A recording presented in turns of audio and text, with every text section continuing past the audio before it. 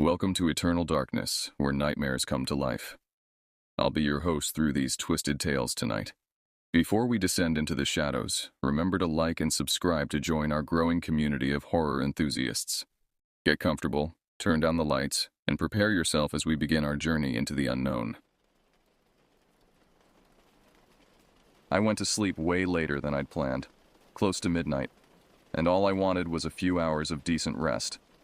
The place I call home isn't what you'd call welcoming after dark. It's perched on a rugged incline, surrounded by these looming trees that block out most light once the sun goes down. Usually I find it peaceful, but that night something felt off. Around 3 in the morning, my eyes flew open. At first I couldn't pin down what had jolted me awake. No loud crash, no rattling window, just this sense that I wasn't alone. My throat felt dry, so I slipped out of bed, trying not to make a sound.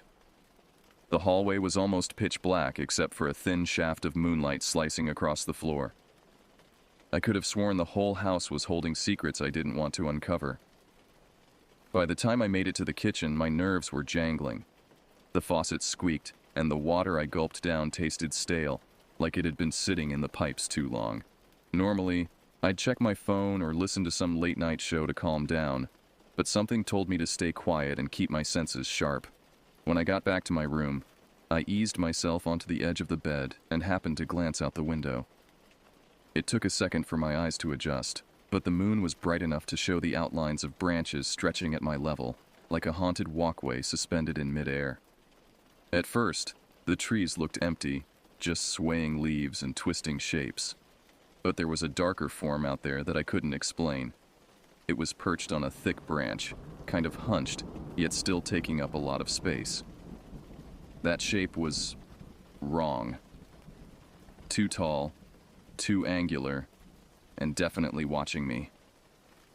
I caught a faint glimmer of red where its eyes should have been, a color that didn't belong in that landscape of silvery moonlight. My pulse pounded in my ears, and I couldn't make sense of what I was looking at. Animal, human, something else entirely.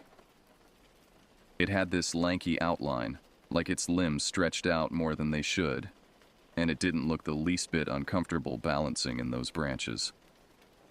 I swallowed the lump in my throat and leaned in, trying to convince myself this was just my imagination. But there was no trick of the light here. It was real enough to tighten every muscle in my body. And it was studying me, as though it was used to being the one hidden in the dark, rarely caught off guard. After an agonizing stretch of time that might have only been 10 or 15 seconds, the figure shifted, cocking its head in a way that screamed curiosity, or worse, recognition. I thought about reaching for my phone, calling someone, anyone, but I couldn't bring myself to move. A sick kind of fascination rooted me to the spot. Just as I started to regain some composure, the creature vanished from the branch with a sudden fluid motion. I leapt off the bed and rushed to the window, half expecting to see it sprawled out below. Instead, I glimpsed it weaving through the undergrowth at an unbelievable speed.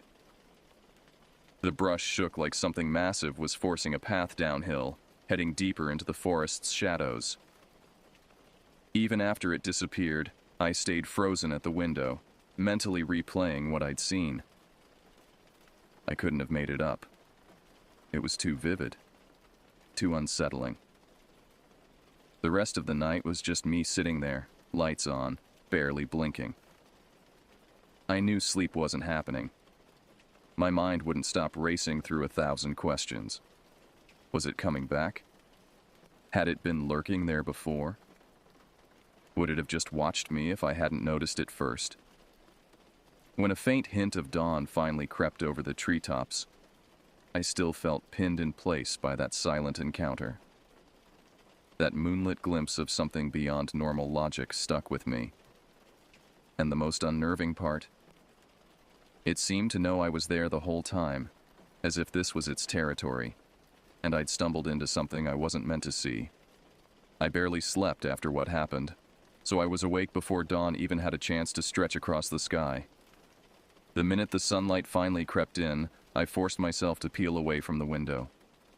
My eyes felt gritty, my head hurt, and my nerves were completely shot, but I needed some kind of proof that last night wasn't a hallucination. When I first looked out at the trees bathed in morning light, it almost felt like the forest itself was mocking me, flaunting its newfound serenity. Gone were the eerie moonlit shadows and that terrifying silhouette. Now everything looked ordinary, like any other stretch of woods on a clear day, but I knew better than to let daylight fool me. After gulping down a cup of coffee, I decided to walk around the perimeter of my property. Honestly, I could have used some extra caffeine, or maybe something stronger, but I had to do this while my courage was still high. The sun was surprisingly bright, making me squint as I stepped outside. It's like the world was saying, "See? Nothing to be scared of." I wasn't buying it. My boots crunched over patchy grass as I made my way toward the tree line, scanning every inch of the ground. Part of me felt ridiculous, like I was on a scavenger hunt for footprints or claw marks, but I needed to see something that would confirm what I'd witnessed. I kept noticing snapped twigs, flattened areas in the brush, and places where the pine needles seemed disturbed. Could have been deer. Could have been anything, really. Yet each irregularity made my stomach clench, conjuring images of last night's creature trampling its way through. When I finally got back inside, I realized my hands were shaking. Not from the chill in the air, but from the memory of those glowing red eyes. I grabbed the nearest notebook and scrawled down every detail, how tall it seemed, that hunched posture, the incredible speed at which it bolted into the undergrowth. My writing was uneven, and ink bled in places where I pressed the pen too hard. Reliving the memory turned my nerves raw all over again. I spent the next hour or two crouched in front of my laptop, diving deep into the darkest corners of cryptid forums. I read about everything from local legends to unclassified forest beings. None of these descriptions matched exactly what I'd seen, though. I clicked through post after post, scanning for any mention of elongated limbs and glowing eyes perched at tree level. My head started spinning with folklore I'd never heard of, each more bizarre than the last. There was so much nonsense out there, but also just enough plausible detail to keep my paranoia on a steady burn. By early afternoon, I was so anxious that every small noise made me jump. The hum of the refrigerator was suddenly too loud, the tick of the clock too sharp. I'd whip my head toward the window at the slightest hint of motion, half convinced I'd see that tall shape lurking in the high branches. But nothing was there. Just swaying leaves and sunlight dancing through the gaps. It felt like the forest was watching, waiting for me to let my guard down. The worst part was this persistent thought worming its way through my brain. Did that thing really see me, or was I intruding on its domain? The question nagged at me so much that by late afternoon I caught myself pacing the living room, trying to distract myself with half-hearted chores. No luck. Every time I closed my eyes, I saw those red eyes staring back. Before I knew it, the sun was dipping below the horizon. Night fell quickly in these woods, and as the daylight drained, my sense of safety went with it. The house felt less like home, and more like a flimsy shelter against something that should never have been this close in the first place.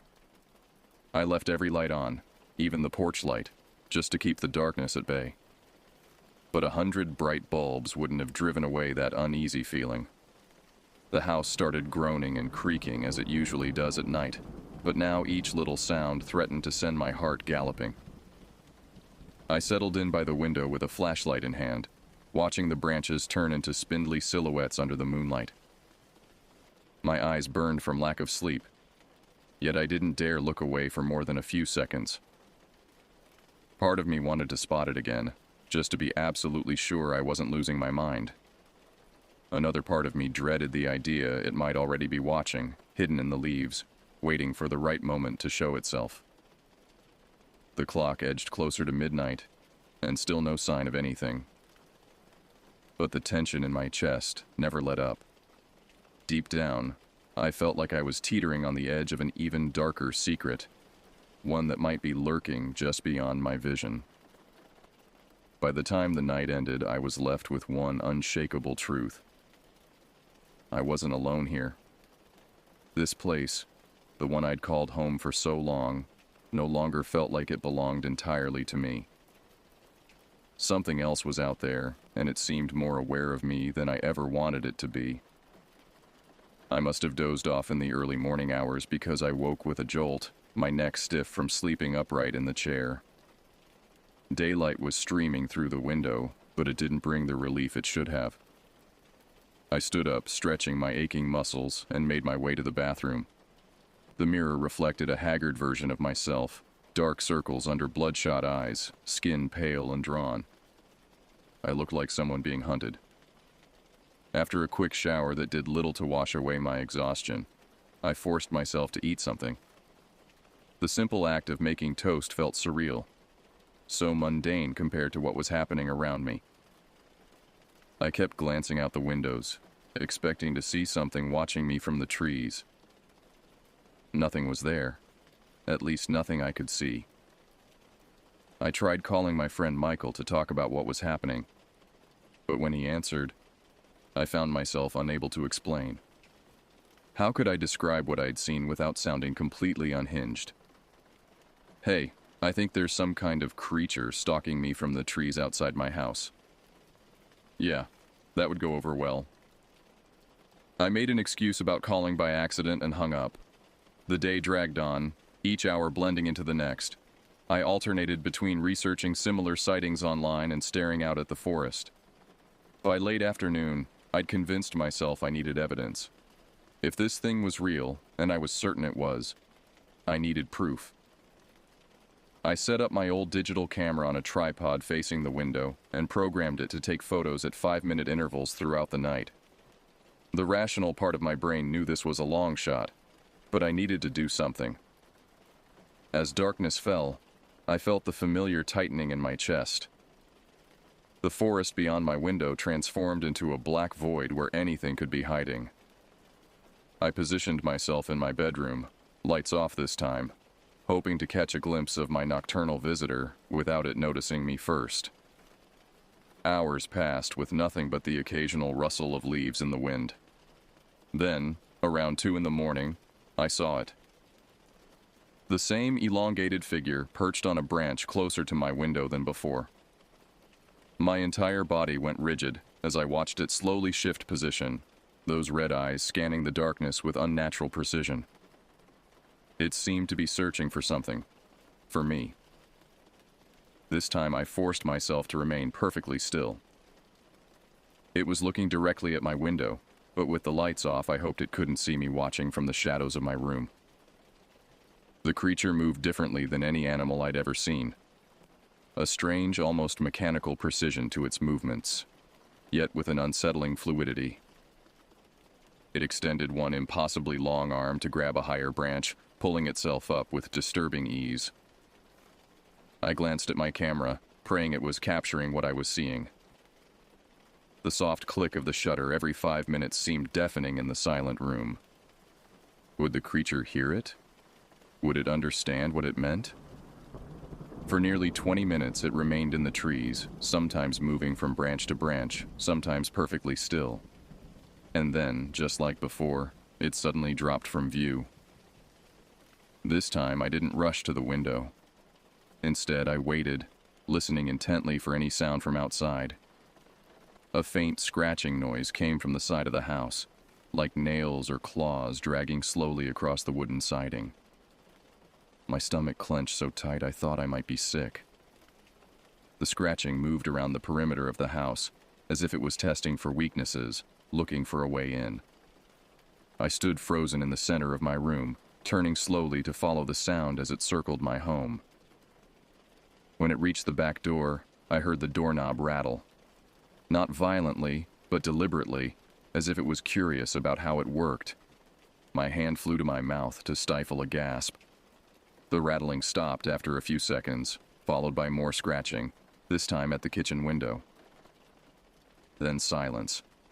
Complete, overwhelming silence that somehow felt more threatening than the noises. I stayed rooted to the spot until dawn. afraid that any movement would alert whatever was out there to my presence. When the first rays of sunlight finally appeared, I rushed to my camera with trembling hands. I scrolled through the night's images, my heart racing with anticipation and dread. Most showed nothing but empty branches and darkness. But then, there it was. A blurry shape perched in the trees, exactly where I'd seen it. The image was grainy and dark, but undeniable proof that something had been there. And in one frame, those red eyes reflected the camera's flash, 2 pinpoints of light in the darkness. I printed the clearest image and stared at it for a long time. The creature's outline was visible but indistinct, tall and thin with limbs that seemed too long for its body. Not an animal, at least not any animal I recognized, but not quite human either. Something in between, something wrong. With evidence in hand, I should have felt validated, maybe even relieved. Instead, a new kind of fear took hold. If this thing was real, and the photo confirmed it was, what did it want? Why was it watching me? And most importantly, what would it do next? I called in sick to work, unable to bear the thought of leaving my house unattended. What if it came back during the day? What if it got inside while I was gone? The paranoia was consuming me, but it didn't feel irrational anymore. Not with proof staring back at me from that printed photo. I spent the day securing my home, checking locks, reinforcing windows, even digging out the hunting knife my father had given me years ago. I placed it under my pillow, though the thought of being close enough to that thing to use a knife made me physically ill.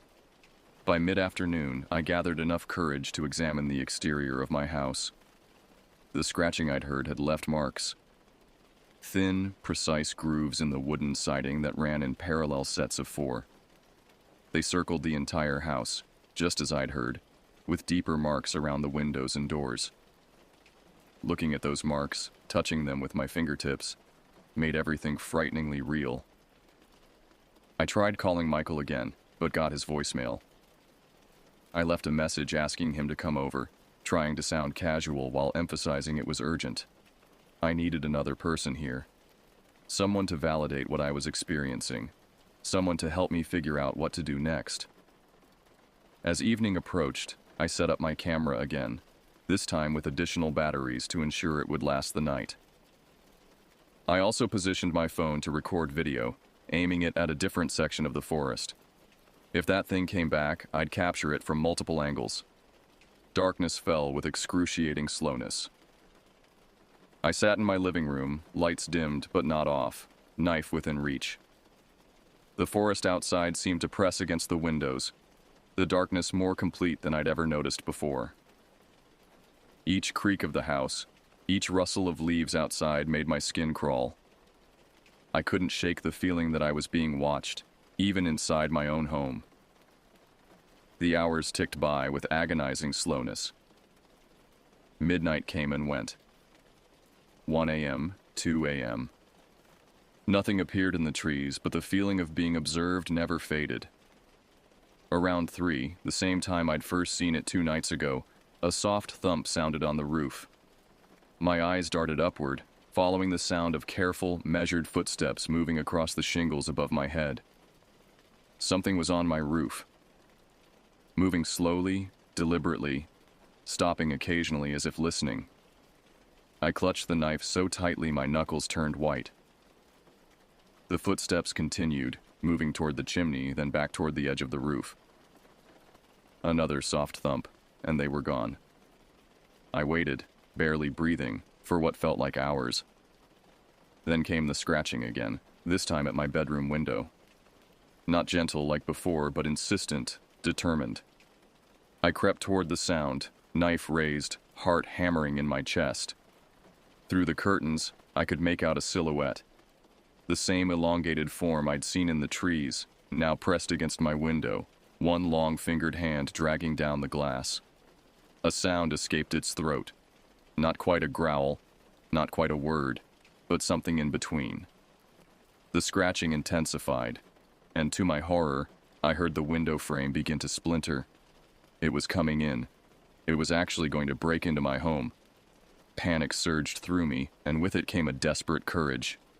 I yanked the curtains open and found myself face to face with the creature, separated only by a pane of cracking glass.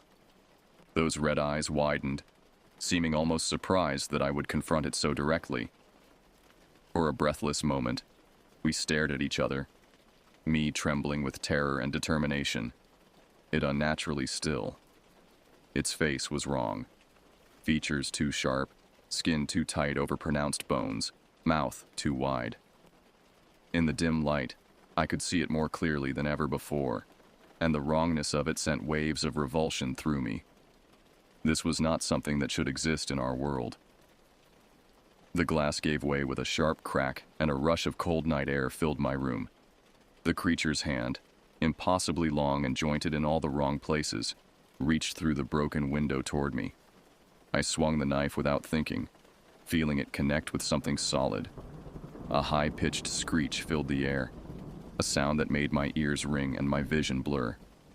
The hand withdrew, and I heard a heavy thud as the creature dropped from my window to the ground below.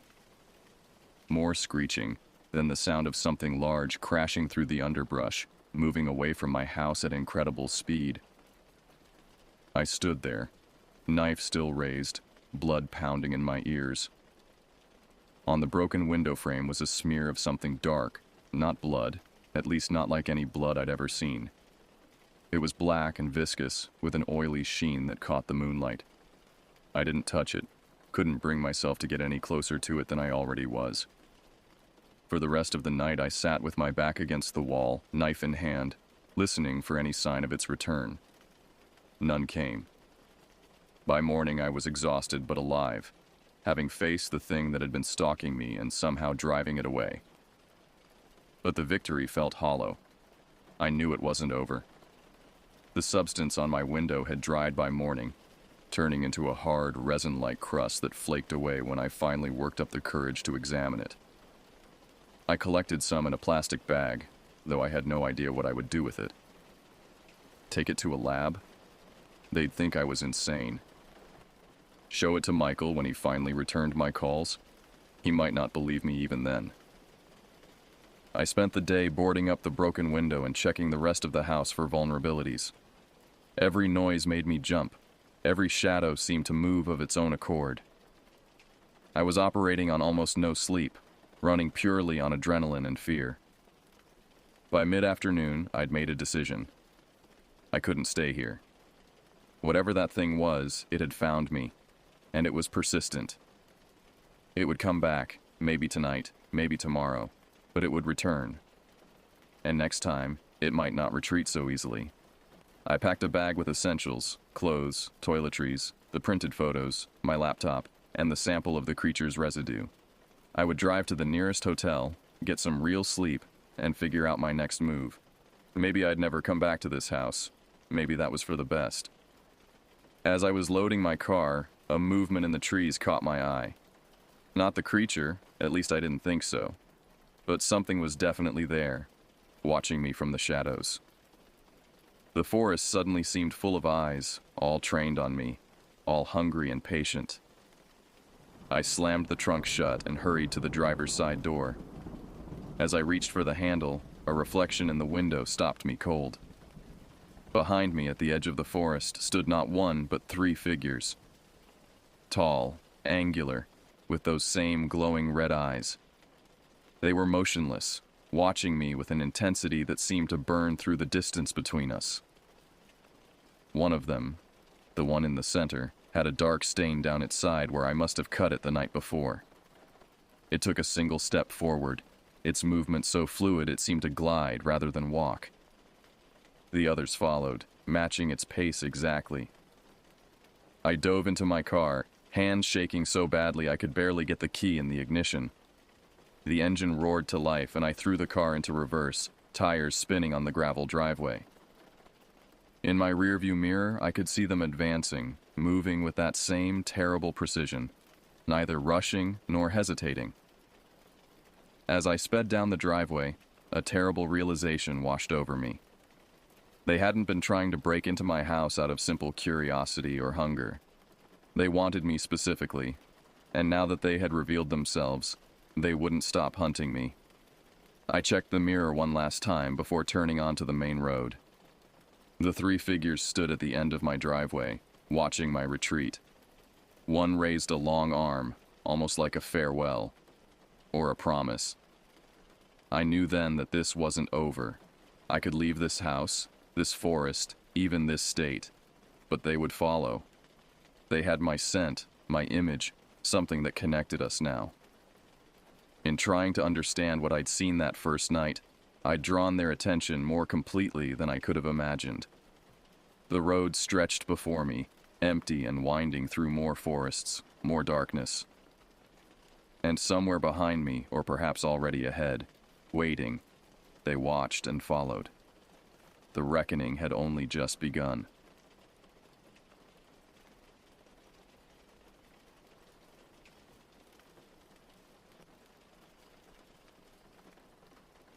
I started out late, just a little after 10, and the sky was pouring rain like it was determined to drench every inch of Bucks County. Not the best conditions, but I'd driven these roads 100 times. The weatherman had warned about flash flooding, but I figured I could beat the worst of it. My hands trembled slightly as I gripped the steering wheel, though I told myself it was just the cold seeping through the car's aging heating system. The wipers were working overtime, swiping at the windshield so fast it was almost hypnotic. Each sweep revealed only brief glimpses of the road ahead before the glass became obscured again by sheets of water. The familiar landmarks I usually counted on.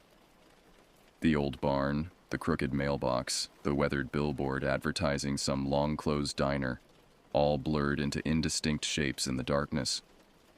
My stomach clenched with each lightning flash that illuminated the countryside in stark white relief. In those split seconds of harsh light, the trees looked twisted and wrong, their branches reaching toward the road like gnarled fingers. Thunder followed, deep and rolling, vibrating through my chest and making my teeth ache. The radio crackled with static between weather warnings, the announcer's voice cutting in and out. Dangerous conditions. Avoid unnecessary travel. Flooding reported en route.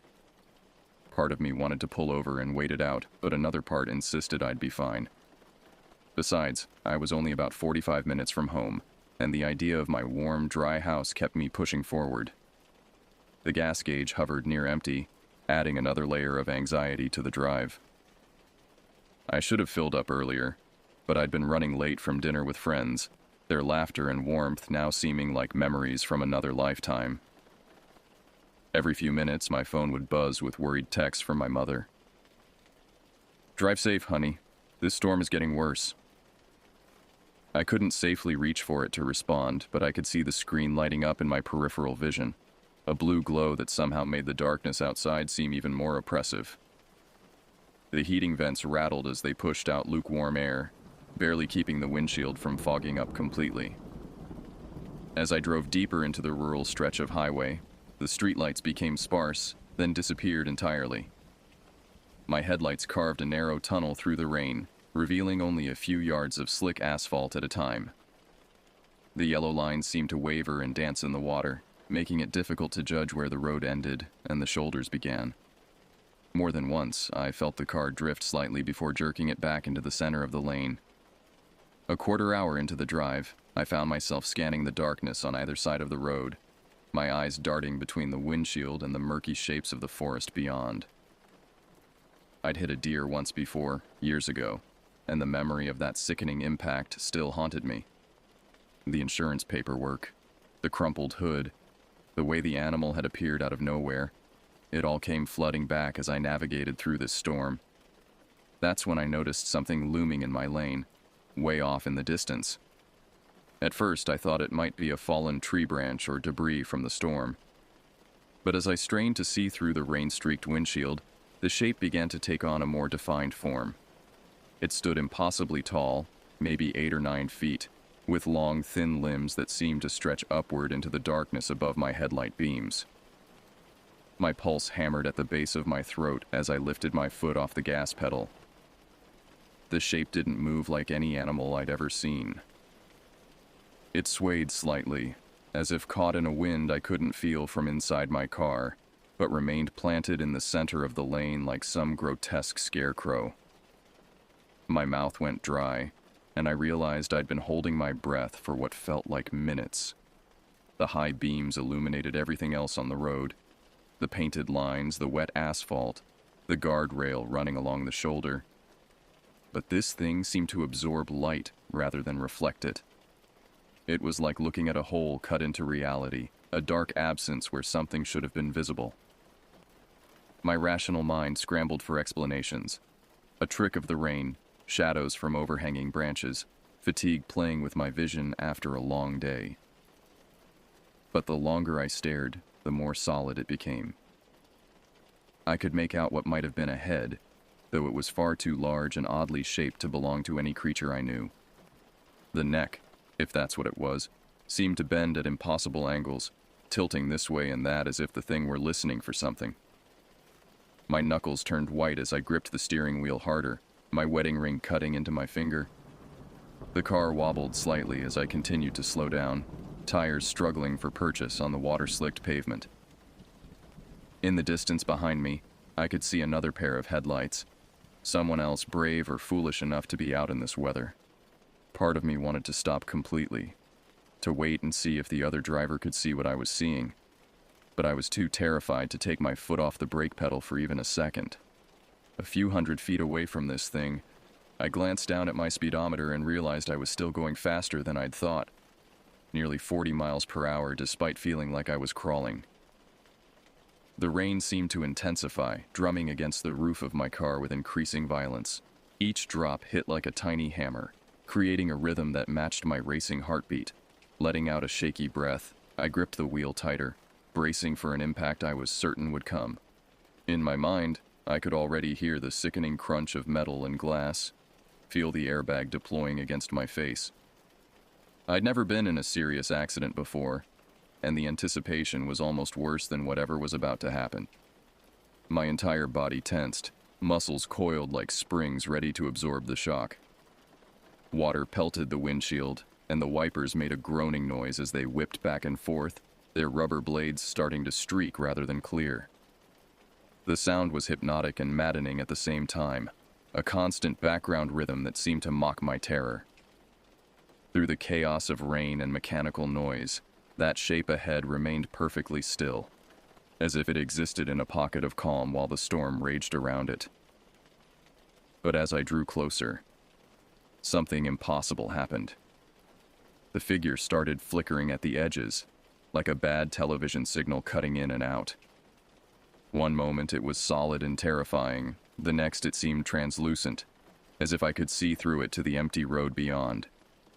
My vision blurred for a split second. Whether from tears of fear or simple strain, I couldn't tell. I fiddled with the wiper controls, cranking them to maximum speed, desperate for a clearer view. The old motor whined in protest, but the blades moved faster, clearing away more water with each pass. Still, that shadow remained just outside the full reach of my headlights, dancing on the edge of visibility like something that couldn't decide whether to exist or not. Before I could fully comprehend what was happening, the silhouette vanished entirely. One moment, I was bearing down on what looked like certain collision with some impossible creature. The next, I saw only empty asphalt glistening in the wet glare of my high beams. My foot slammed on the brakes instinctively, even though there was nothing left to avoid. The car shuddered to a complete stop in the middle of the highway, hazard lights automatically blinking to life. I sat there for what felt like hours, but was probably only seconds, engine idling, wipers still frantically sweeping back and forth across the windshield. My entire body shook, not from cold this time, but from pure adrenaline and confusion.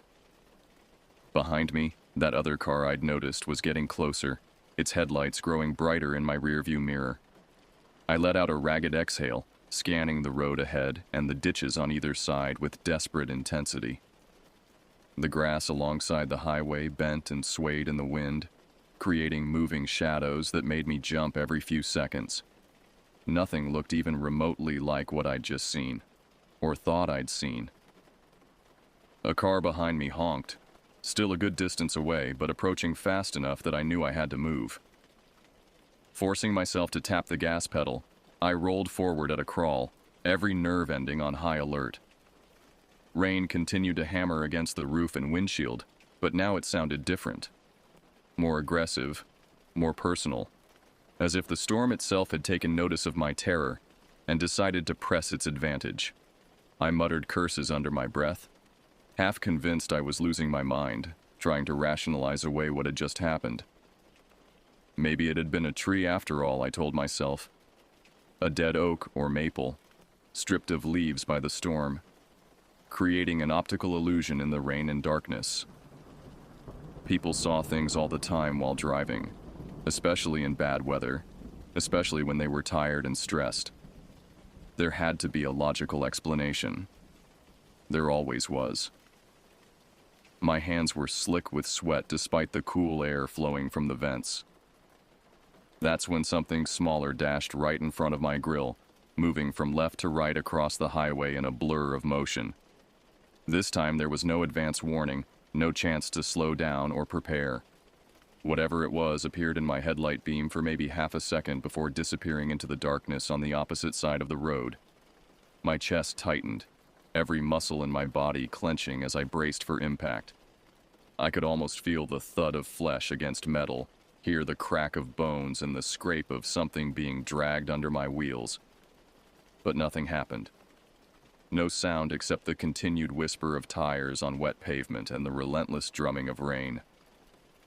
The road ahead remained clear and empty. For several long moments, I thought I might actually be having some kind of mental breakdown. The stress of work, the fight I'd had with my sister last week, the financial worries that kept me awake at night. Maybe it was all catching up with me at once. People talked about seeing things that weren't there when they were pushed to their breaking point. Was that what was happening to me? I eased the car down to an even slower crawl, maybe 15 miles per hour, and craned my neck to check the rearview mirror. I expected to see a writhing body on the pavement behind me, some evidence of the collision that I'd somehow failed to feel. But the road was empty, rain-slicked asphalt reflecting my taillights in an unbroken red streak. No animal, no blood, no sign that anything had ever been there at all. The car that had been following me finally caught up and passed with an angry blast of its horn. The driver probably thinking I was drunk or having car trouble. I watched their taillights disappear into the storm ahead, leaving me alone again with the rain and the darkness and the growing certainty that something was very, very wrong. The remaining half-hour home passed in a haze of paranoia and exhaustion. Every shadow moving in my peripheral vision made me jump. Every flicker of movement, branches swaying in the wind, puddles splashing as other cars passed, sent jolts of electricity through my nervous system. My hands ached from gripping the steering wheel so tightly, and by the time I finally pulled into my driveway, I realized I'd been clenching my jaw for miles. I rushed inside, not even bothering to grab my purse from the passenger seat, and immediately called my boyfriend. The words tumbled out in a panicked stream, practically tripping over each other as I tried to describe what I'd seen, or thought I'd seen, on the highway. He listened patiently, making soothing noises at the right moments, but I could tell he was struggling to understand what had me so shaken. Maybe it was just the bad weather, he offered gently. You know how rain can create optical illusions, especially at night. And you've been working so many extra hours lately. When's the last time you got a full night's sleep? His voice was warm and reasonable, exactly what I needed to hear, but it also carried a note of concern that made my stomach twist. Even he thought I might be cracking under pressure. I tried to explain about the way the shapes had moved, the unnatural height of the first figure, the impossible speed of the second. But the more I talked, the more absurd it all sounded, even to my own ears. How do you describe something that defied description? How do you convey the bone-deep certainty that what you'd witnessed was real when you had no proof, no evidence beyond your own fractured memories? That night, sleep felt impossible. I lay in bed listening to the rain continue to pelt my windows, each drop sounding like tiny fingers tapping against the glass. Every time I closed my eyes, I saw those silhouettes again. The towering figure that had stood in my lane. The smaller shape that had darted across the road like some kind of phantom. Normal deer sightings didn't leave me feeling this unsteady, this fundamentally shaken. The house creaked and settled around me, old wood expanding and contracting with the temperature changes brought by the storm. Sounds I'd never noticed before seemed amplified in the darkness. The hum of the refrigerator, the tick of the grandfather clock in the hallway, the whisper of air moving through the heating ducts. Each noise made me tense, waiting for something else to announce itself. Around 3 in the morning, I gave up on sleep entirely and padded to the kitchen to make tea. The familiar ritual of boiling water and steeping chamomile helped calm my nerves slightly, but when I looked out the window above the sink, I found myself scanning the yard for any sign of movement. The security light cast a pale circle on the wet grass, and beyond its reach, everything disappeared into impenetrable black. What terrified me most wasn't just what I'd seen, but what I hadn't been able to see clearly. The uncertainty gnawed at me like physical pain. Had those shapes been real? If so, what were they? And if they weren't real, what did that say about my mental state? Both possibilities filled me with equal amounts of dread. I woke up far too early, eyes gritty and burning from the few hours of fitful rest I'd managed to grab. Even in the bright morning sunlight streaming through my bedroom curtains, I couldn't shake the images from the night before. They clung to my consciousness like cobwebs, impossible to brush away completely. My body ached as if I'd spent the night running rather than lying in bed. Normally, I'd grab breakfast and scroll through social media for a while, easing into the day at a comfortable pace. But that morning found me hunched over my laptop at the kitchen table, frantically searching every corner of the internet for some kind of logical explanation. I typed in search terms I'd never used before. Deer collisions, optical illusions rain, highway mirages, stress hallucinations. The results were frustratingly inconclusive. I found dozens of articles about normal deer behavior, advice for avoiding wildlife collisions, and scientific explanations for various types of visual distortions. But nothing matched what I'd experienced. The descriptions were all too mundane, too ordinary to account for the otherworldly terror I'd felt on that rain-soaked highway. Some forum posts discussed people seeing things while driving, usually attributed to fatigue, medication side effects, or underlying health conditions. One thread was devoted to something called highway hypnosis, where drivers would enter a trance-like state during long trips and experience visual distortions. But I'd only been driving for 15 minutes when the first incident occurred, and I'd felt completely alert. The deeper I dug, the more unsettled I became. There were scattered reports of similar sightings, tall figures spotted on remote roads, animals that moved in impossible ways, shapes that seemed to exist just outside the range of headlights. Most of these accounts were dismissed as hoaxes or delusions, filed away in the dark corners of the internet where conspiracy theories flourished. But what struck me was how similar some of the descriptions were to my own experience. Other drivers talked about creatures that didn't reflect light properly, about the way certain shapes seemed to flicker in and out of existence, about the overwhelming sense of wrongness that accompanied these encounters. Reading their words made my hands shake so badly I could barely type. By the time I closed the laptop, the sun was well above the rooftops, and I realized I was going to be late for work if I didn't hurry. I forced myself into a quick shower, hoping the hot water would wash away some of the lingering dread that seemed to have settled into my bones.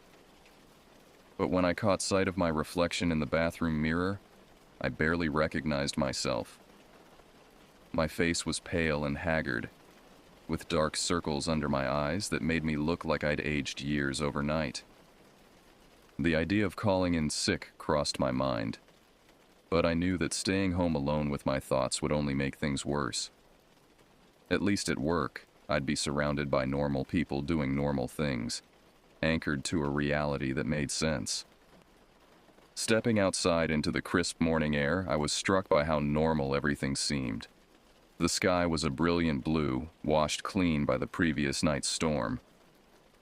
Puddles dotted the parking lot, reflecting clouds and trees in perfect mirror images. Neighbors were driving off to work, kids waited at bus stops, and the whole world appeared to be functioning exactly as it always had. But I couldn't shake the feeling that I was seeing it all through a different lens now, as if the events of the previous night had shifted my perception in some fundamental way. The ordinary suburban scene felt like a facade, a carefully constructed illusion designed to hide something darker lurking just beneath the surface. Every shadow seemed deeper than it should be. Every movement in my peripheral vision made me turn my head sharply. The drive to work was mercifully short and well-traveled, taking me through busy neighborhoods and commercial districts where the presence of other people provided a buffer against my paranoia. But even surrounded by traffic and pedestrians, I found myself checking the rearview mirror obsessively, scanning the sidewalks for any sign of the impossible shapes I'd encountered. At work, I tried to lose myself in routine tasks, but concentration proved elusive. Every time I settled into a rhythm of emails or phone calls, my mind would drift back to those flickering silhouettes. Coworkers asked if I was feeling all right, commenting on my distracted behavior and the dark circles under my eyes. I deflected their concern with vague mentions of a sleepless night, not trusting myself to explain what had really happened. During lunch, I found myself researching dash cams on my phone, scrolling through product reviews and technical specifications. The idea had been my boyfriend's suggestion, but the more I thought about it, the more essential it seemed. If these encounters continued, and something deep in my gut told me they would, I needed some way to document what was happening. Even if the footage only showed empty road, at least I'd have evidence of my own psychological state. The afternoon dragged by with agonizing slowness. Every time I looked at the clock, it seemed like only minutes had passed since my last check. The bright fluorescent lights that normally felt energizing now seemed harsh and artificial, casting everything in a sickly yellow glow that reminded me uncomfortably of my headlights cutting through the rain. By the time 5 o'clock arrived, I was practically vibrating with nervous energy. The prospect of driving home, even in broad daylight on familiar streets, filled me with a dread that seemed completely disproportionate to the task. But I couldn't avoid it forever. Eventually, I'd have to get back behind the wheel and face whatever was waiting out there. The drive home started normally enough. Traffic was heavy, which I found oddly comforting. Being surrounded by other cars made me feel less isolated, less vulnerable to whatever forces had targeted me the night before. But as I turned off the main road onto a quieter street that ran along the edge of some undeveloped woodland, my anxiety spiked. That's when I saw the deer. It was standing maybe 50 yards ahead, just at the tree line where the forest met the road.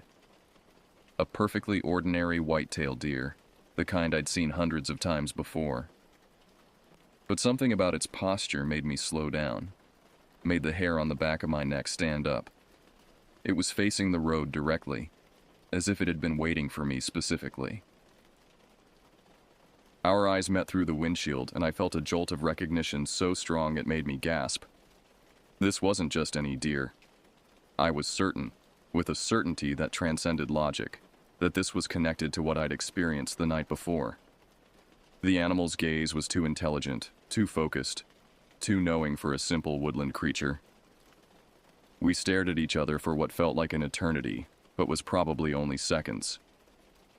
The deer didn't move, didn't even seem to blink. Its head was cocked slightly to one side, and there was something almost human in its expression, a kind of calculating awareness that made my skin crawl. Other cars passed without slowing, their drivers apparently seeing nothing unusual about a deer standing by the roadside. But I knew better. This was a messenger, a scout, a harbinger of something larger and more terrible than I could comprehend. The knowledge hit me like a physical blow, leaving me breathless and shaking. When the deer finally turned and disappeared into the woods with fluid, unnatural grace, I had to pull over to the shoulder to collect myself. That evening, I sat in my living room with all the lights blazing, laptop open to various websites selling surveillance equipment. The dash cam I'd ordered earlier wouldn't arrive for another 2 days, but I found myself researching additional cameras, motion sensors, anything that might help me document what was happening. Part of me recognized the obsessive nature of my behavior, but I couldn't stop myself. My boyfriend called around 8 and I could hear the worry in his voice as soon as he spoke. "How are you holding up?" he asked. "You sounded pretty shaken last night." I wanted to tell him about the deer, about the way it had looked at me with those impossibly knowing eyes, but I also didn't want him to think I was having a complete mental breakdown. Instead, I focused on practical matters: the dashcam order, my plans to vary my driving routes, the possibility of carpooling with coworkers when the weather was bad. He seemed relieved that I was taking concrete steps to address my concerns, even if he didn't fully understand what those concerns were. We talked for over an hour, and his voice provided a lifeline to normalcy that I desperately needed. But after we hung up, the silence of the house seemed to press in around me. Every creak of settling wood, every rattle of wind through the eaves, made me jump. I found myself moving from room to room, checking locks, peering out windows, searching for any sign of the watchers I was now certain were out there. The weather forecast called for another storm system to move through in a few days, bringing with it the kind of heavy rain and poor visibility that had preceded my first encounter. The thought of driving in those conditions again made my chest tighten with panic, but I also felt a morbid curiosity about what else I might see. If these things, whatever they were, only appeared during storms, then that was when I'd have the best chance of capturing them on camera. As midnight approached, I made a final circuit of the house, double-checking every window and door. The security system was armed, motion sensor lights covered the yard, and I'd even set up my old phone to record video from the living room window. It probably wouldn't capture anything useful, but it made me feel like I was doing something productive rather than simply cowering in fear. Standing at the window, I stared out into the darkness beyond my property line. The trees at the edge of my yard swayed gently in the night breeze, their branches creating a constantly shifting pattern of shadows and negative space. Was something moving among them, or was it just my imagination? I couldn't tell anymore. The line between reality and paranoia had become so blurred that I wasn't sure I'd recognize the truth if it appeared right in front of me. What I did know was that my life had fundamentally changed during that storm-lashed drive. Whether the creatures I'd seen were real or imagined, they had awakened something in me. A primal awareness of how thin the membrane between the ordinary world and something far more terrifying really was. Tomorrow would bring another day of trying to function normally. But I knew that part of me would always be watching the shadows now, waiting for the next encounter.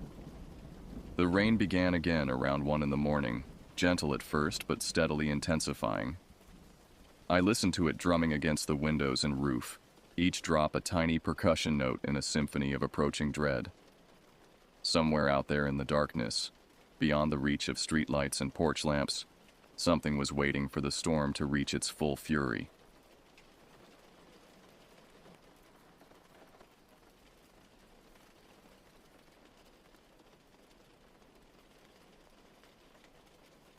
My name is Ethan. I'm 28 years old, and I live in a small apartment in Pittsburgh, Pennsylvania. I work an office job that barely pays the bills, leaving me perpetually strapped for cash.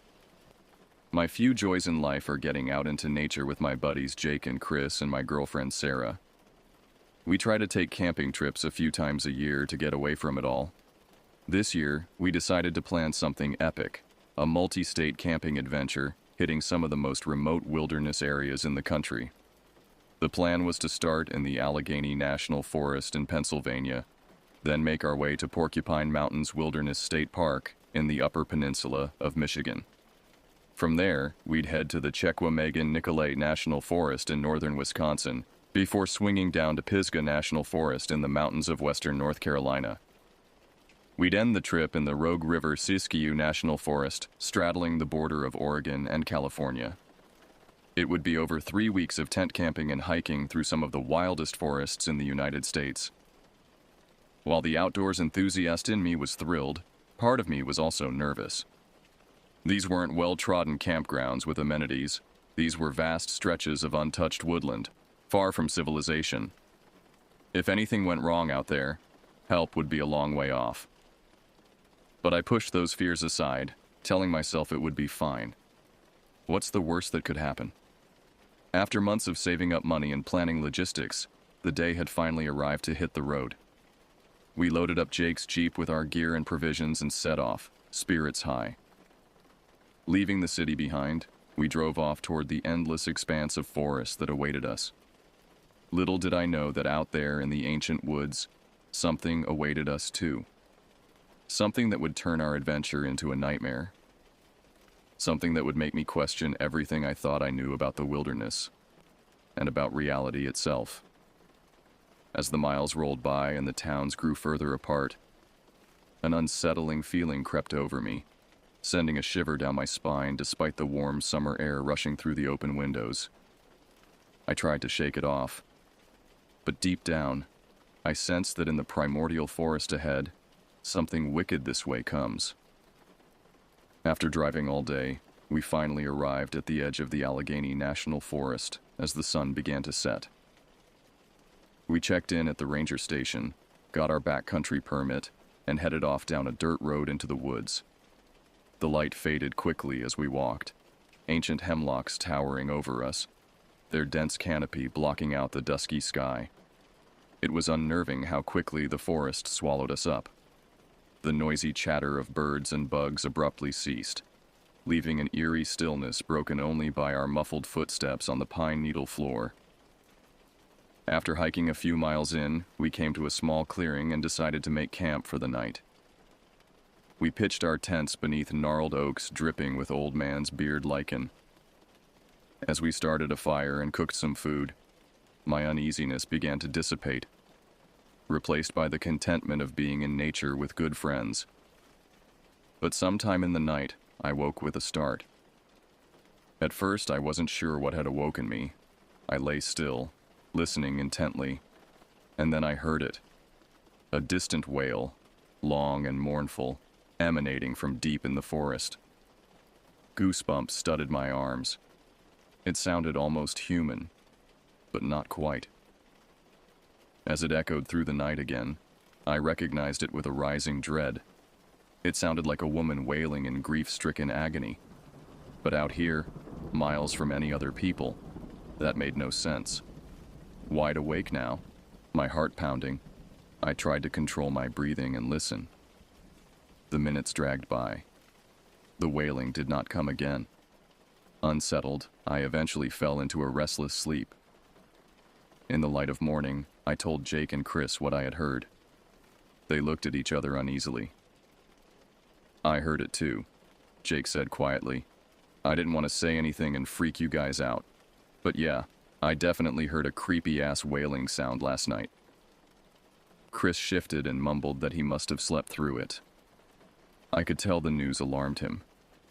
We tried to come up with rational explanations, a fox or an owl maybe, but none seemed to fit. As we broke camp and prepared to hike on, I tried to push it out of my mind. Surely it was just some weird animal in the night, nothing to worry about. And yet I couldn't quite convince myself. A tingle of foreboding raised the hairs on the back of my neck. I felt the weight of the forest's gaze upon us, ancient and knowing. What other secrets did it hold? Our hike that day was subdued. The wailing in the night weighed heavily on my mind. I jumped at every snapped twig, glancing over my shoulder at shadows between the trees. The forest no longer felt welcoming. It felt watchful and vaguely threatening. By late afternoon, we came to a stand of towering, old-growth hemlocks. Their trunks were enormous, easily 10 feet across. As we drew closer, picking our way through the ferns, we noticed strange carvings in the bark of the biggest trees. They looked old, partially obscured by moss and lichen. Intrigued, we dropped our packs to take a closer look. When I brushed away the detritus on one carving, I inhaled sharply. Etched into the tree was an unsettling, vaguely humanoid figure with antlers branching off its elongated head. Concentric circles radiated out from its emaciated body. "What the hell is that?" asked Chris uneasily. As I examined the other carvings, a chill spiraled down my spine.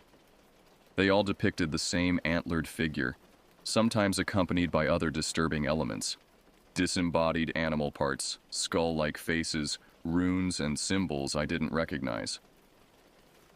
"Looks like some kind of pagan forest god," muttered Jake. "Creepy as shit." I took a few photos of the carvings, fingering the bear spray on my belt and wondering how it would fare against an antlered forest demon. We hiked on in uneasy silence. I couldn't shake the feeling that we were being watched. That night at our campsite, the wind gusted through the trees, sounding like whispering voices. Sleep did not come easily. The next morning, I awoke groggy and unrested. As we ate a quick breakfast, the wailing began again, closer this time. It rose and fell, undulating through the mist. My blood turned to ice in my veins. Jake and Chris looked at me with wide eyes. Then, from a different direction, another voice joined the keening cry, and another. Soon the woods echoed with an unholy chorus of ululating wails, surrounding us on all sides. "What the fuck, man?" Jake said, his voice trembling. "What do we do?" I licked my dry lips, mind racing. "Let's break camp and get the hell out of here. Hike back out to the road. I've got a really bad feeling about this." We powered through our rising panic to pack up camp with shaking hands. The wailing grew louder, more frenzied, spurring us to move faster. And then, from the underbrush at the edge of our clearing, it emerged. At first, my brain couldn't make sense of what I was seeing. A skeletal figure with pale, almost translucent flesh. Towering antlers branched off its elongated skull. In place of hands, it had sharp claws that scraped together with a horrific clacking sound. As it threw its head back and unleashed an ungodly shriek, I glimpsed rows of jagged teeth in its maw. "Run!" I screamed, adrenaline jolting through me. We crashed through the trees in blind panic, the creature's wailing ringing in our ears. Branches whipped at my face as I ran, my lungs and legs burning. Terror obliterated all thought. When I finally stopped to gasp for breath, bent over with my hands on my knees, I realized I was alone. In my panic, I'd gotten separated from Jake and Chris. I called out for them repeatedly, but only stillness answered me, the creature's wailing mercifully absent. Not knowing what else to do, I pull out my phone with trembling hands, hoping to use GPS to navigate my way back to the road. But a notification on the screen makes my stomach drop. No service. I'm lost and alone in this god-forsaken forest, and I'm being hunted by something that shouldn't exist. Something straight out of a nightmare. I take a deep breath, trying to gather my wits. I pull out my trail map with shaking fingers. If I can just orient myself and figure out the direction of the road, I might stand a chance of escaping this primeval forest and the horrors it contains. For a moment, all is silent except for my labored breathing. Then a long, agonized wail rises in the distance once again. Every hair on my body stands on end. It's coming for me. Heart pounding, I crashed through the underbrush, thorny branches clawing at my face and arms as I ran. The creature's wails echoed behind me, sometimes closer, sometimes further away, as if it were toying with me. I had no idea if I was even headed in the direction of the road anymore. All rational thought had fled, replaced by the primal urge to survive. My lungs seared and my legs screamed in protest, but I pushed myself onward, knowing that to stop would mean a horrendous death. Suddenly, the trees opened up into a small clearing dominated by an enormous gnarled oak that must have been hundreds of years old. I staggered to a stop, breath ragged, and then I saw them. All around the tree's base were what appeared to be bundles of sticks and bones hanging from the lower branches by frayed strips of cloth. As I stepped closer, the blood drained from my face. They weren't just bundles. They were crafted to resemble crude human figures. And upon each effigy's face was carved the same disquieting symbol from the trees earlier. Concentric circles radiating from a central point. A gust of wind sent the effigies knocking together, rattling like macabre wind chimes. The sound chilled me to my core. What was this place? Who had made these unnerving talismans? I was so transfixed by the eerie sight that I almost didn't hear the rustling in the brush behind me until it was too late. I spun around just as the creature burst into the clearing mere yards away. In the muted daylight filtering through the leaves, I could see it more clearly now. Its body was emaciated, skin stretched taut over visible bone. A rack of blood-stained antlers crowned its misshapen head, and its eyes. Dear God, its eyes were just dark, gaping holes that seemed to swallow the light. It threw its head back, unleashing that terrible wail again, revealing an incongruously human-like mouth filled with sharp yellow teeth. Then it began to lumber toward me on spindly legs that bent at unnatural angles. Pure, undiluted terror jolted me into action. I took off running again, aiming for the far side of the clearing. But in my adrenaline-charged panic, my foot caught on an exposed root. I crashed to the dirt hard, the impact knocking the air from my lungs. By the time I managed to suck in a wheezing breath and raise my head, the creature was nearly upon me. I scrambled backwards on hands and knees, feeling my palms shred on the pine needle floor. But it was no use. The monstrous figure closed in, its claws clicking together menacingly. I squeezed my eyes shut, waiting for those teeth to tear into my flesh. Suddenly, a series of loud cracks split the air, followed by an enraged, gurgling shriek. My eyes flew open again to see the creature staggering, dark liquid spurting from wounds across its torso. More cracks rang out, and the creature jerked and spasmed as if hit by invisible fists. Through the trees at the edge of the clearing, two figures burst into view, Jake and Chris, the former clutching a smoking rifle. The creature let out an unholy scream, then turned to limp off into the forest with unnatural speed, leaving a trail of black fluid in its wake. Jake reached me and extended a hand, eyes still wide with fear and adrenaline. "Jesus Christ, man, are you okay?" I nodded mutely, not trusting myself to speak. My whole body shook violently as Jake helped me to my feet. "What the hell was that thing?" Chris asked, voice trembling. I just shook my head. I had no answers, no context for the mind-bending horror we'd just encountered. All I knew was that every instinct in my body screamed for me to get as far from these woods as humanly possible. We set off through the trees again, Jake's rifle clutched tightly in his hands. I tried not to think about the creature's wounds, or what it might do if it came across us again. I focused only on putting one foot in front of the other, drawing upon reserves of determination I didn't know I had. After what felt like hours of stumbling through the underbrush, we finally burst from the tree line onto a blessed dirt road. I nearly wept with relief. We still had miles to reach the car. But for the first time since hearing that wail in the night, I allowed myself to believe we might actually survive this nightmare.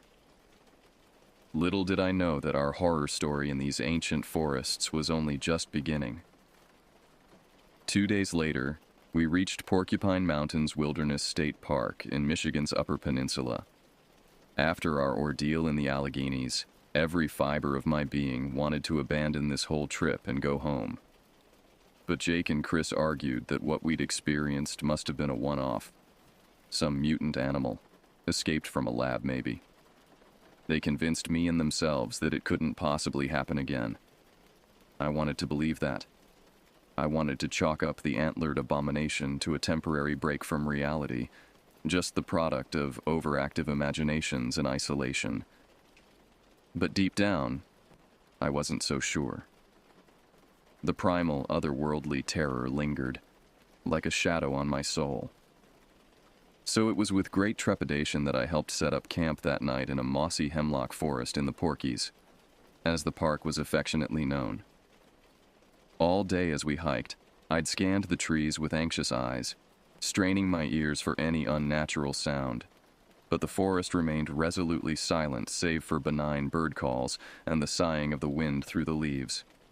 After a tense but uneventful night, we decided to split up the next day to cover more ground.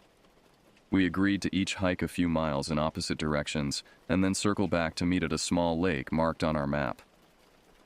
Jake lent me his backup pistol, a chunky .44 Magnum revolver that I had no idea how to use, but tucked into my waistband anyway. The further I walked from camp, the more my unease grew. It felt as if the ancient trees were watching me, lichen-crusted branches grasping and clawing. When I burst out of the underbrush and found myself on the shores of the glassy lake, I breathed a little easier. I stopped to consult my map and get my bearings while I waited for the others to arrive. That's when I first noticed the prints.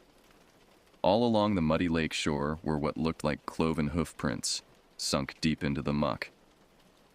But they were larger than any deer tracks I'd ever seen, and the way they meandered back and forth near the water's edge seemed distinctly un-animal-like. A whisper of dread snaked down my spine.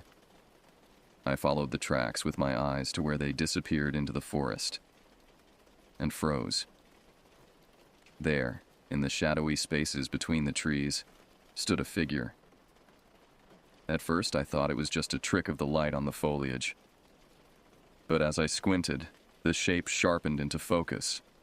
A towering form, easily 8 feet tall, with shaggy fur and what looked like an enormous rack of antlers rising from its head.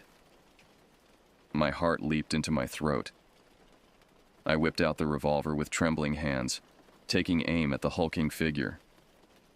For a moment it remained motionless. Then, slowly, ponderously, it stepped forward out of the trees. I can barely comprehend what I'm seeing. From the waist up, it has the body of a man. A heavily muscled, hair-covered torso with powerful arms ending in gnarled hands.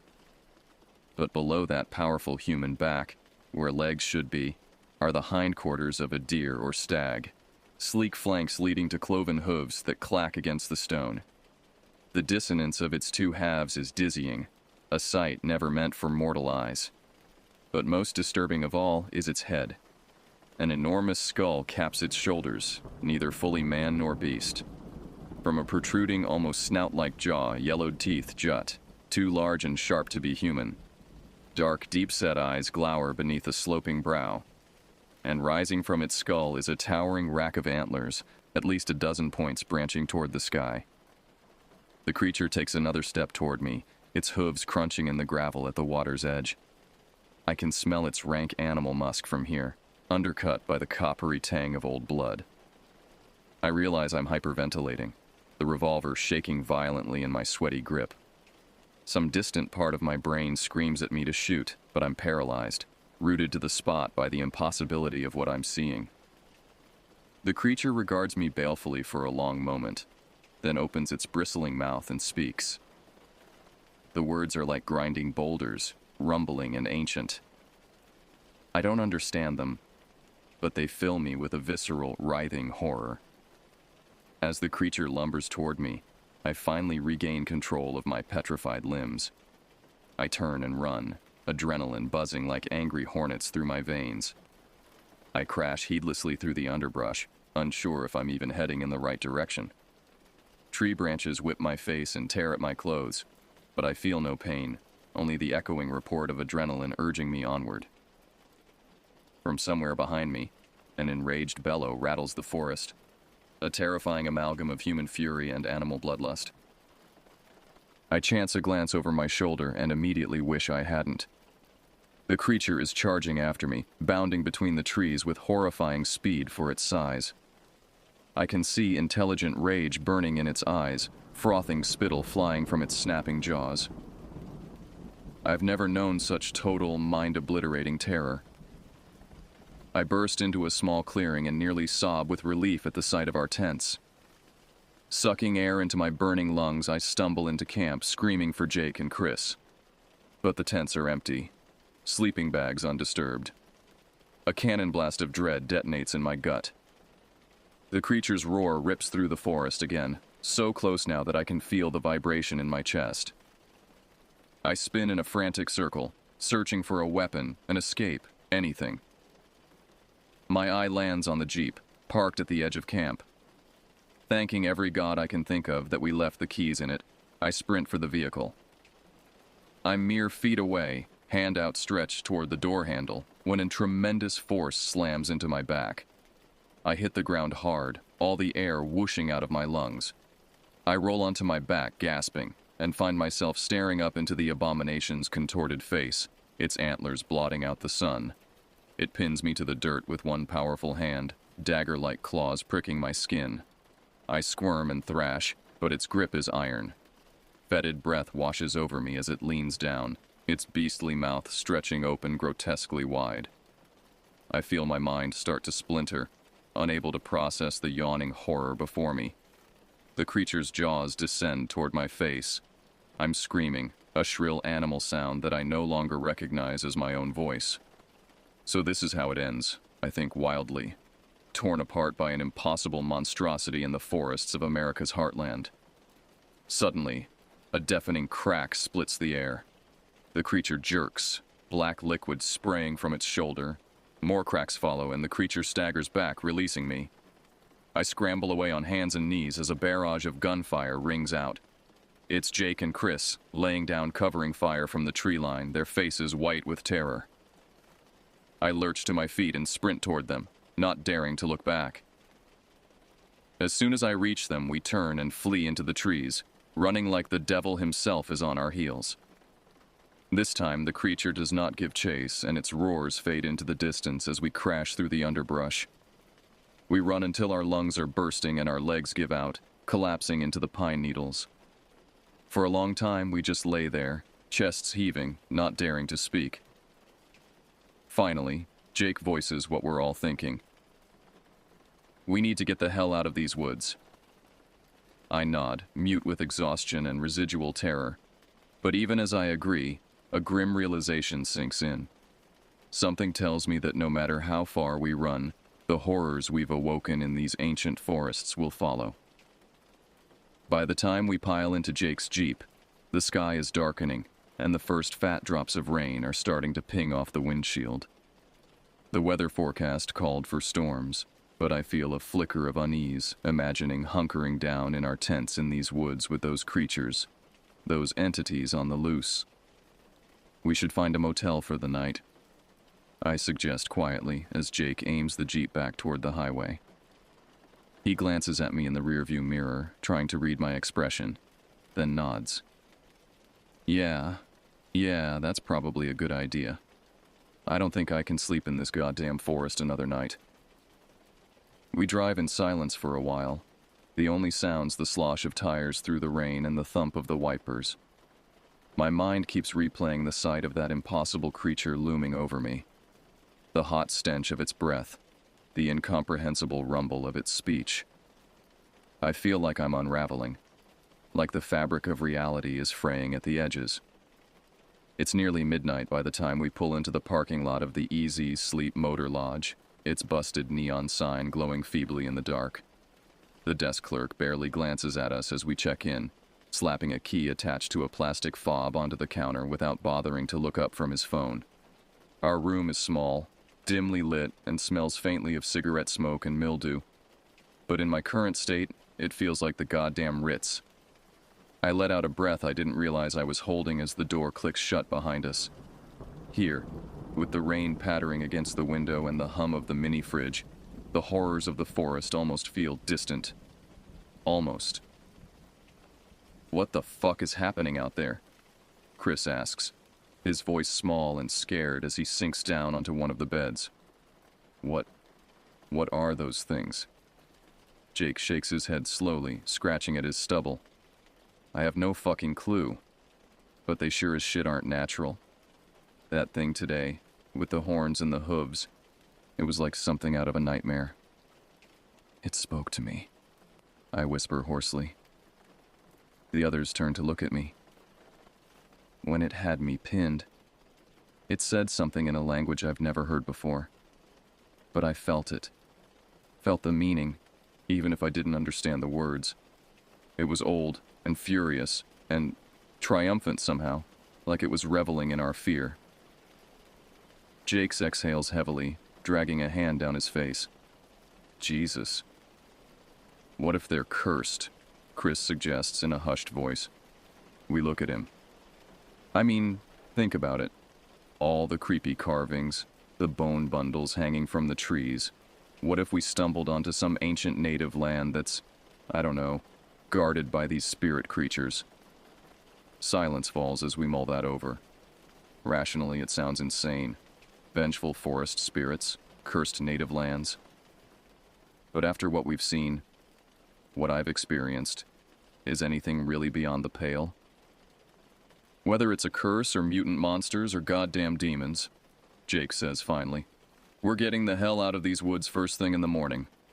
We all nod vigorously. The plan had been to camp our way through Wisconsin and North Carolina, ending in Oregon. But none of us can stomach another night in the trees with the knowledge of what lurks there in the dark. Despite my exhaustion, sleep is slow to come. Every time I close my eyes, antlered silhouettes dance on the backs of my eyelids. At some point, I drift into an uneasy slumber, plagued by visions of yellow fangs and black, fathomless eyes.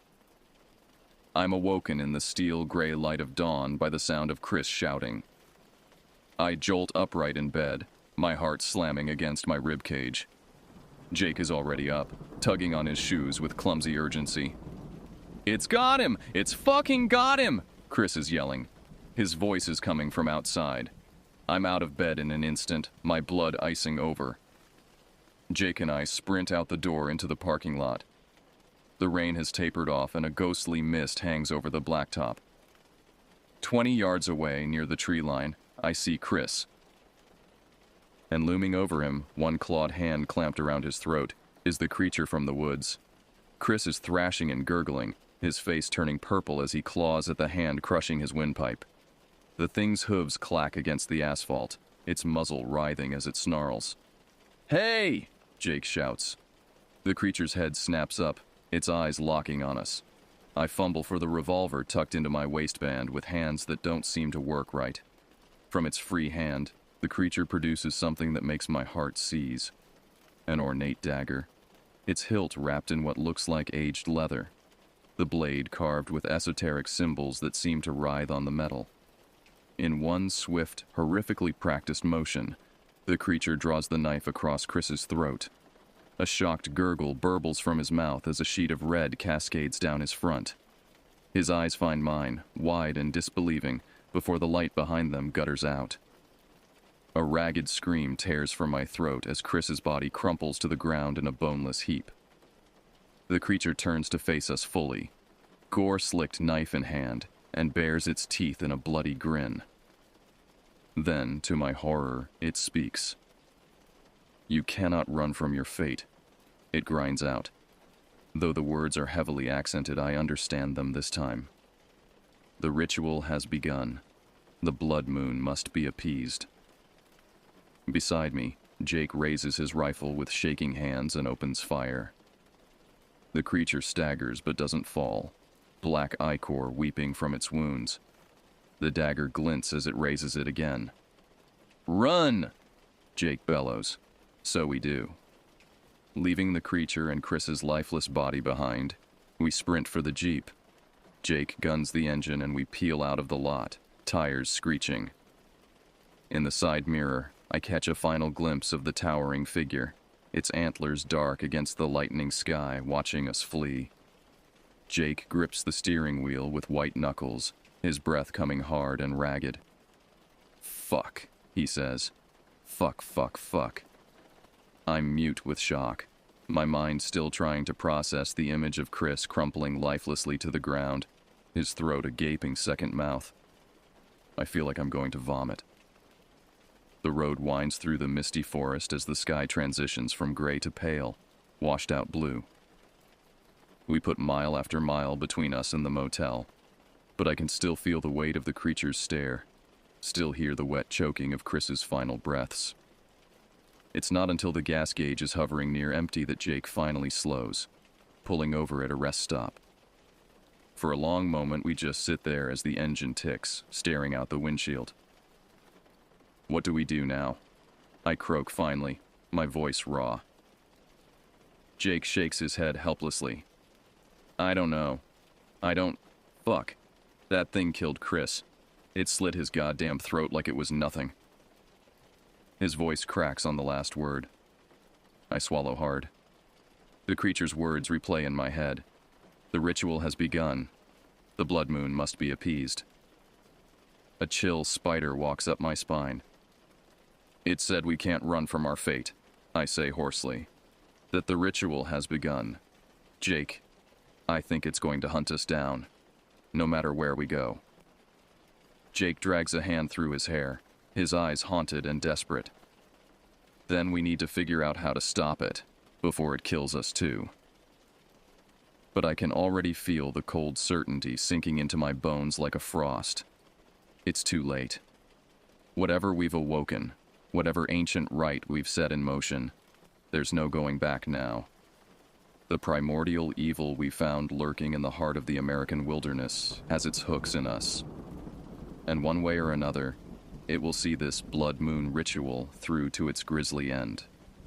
Cloistered in a public library in Madison, surrounded by the comforting smell of old books, I almost managed to convince myself that the whole thing has been a prolonged nightmare.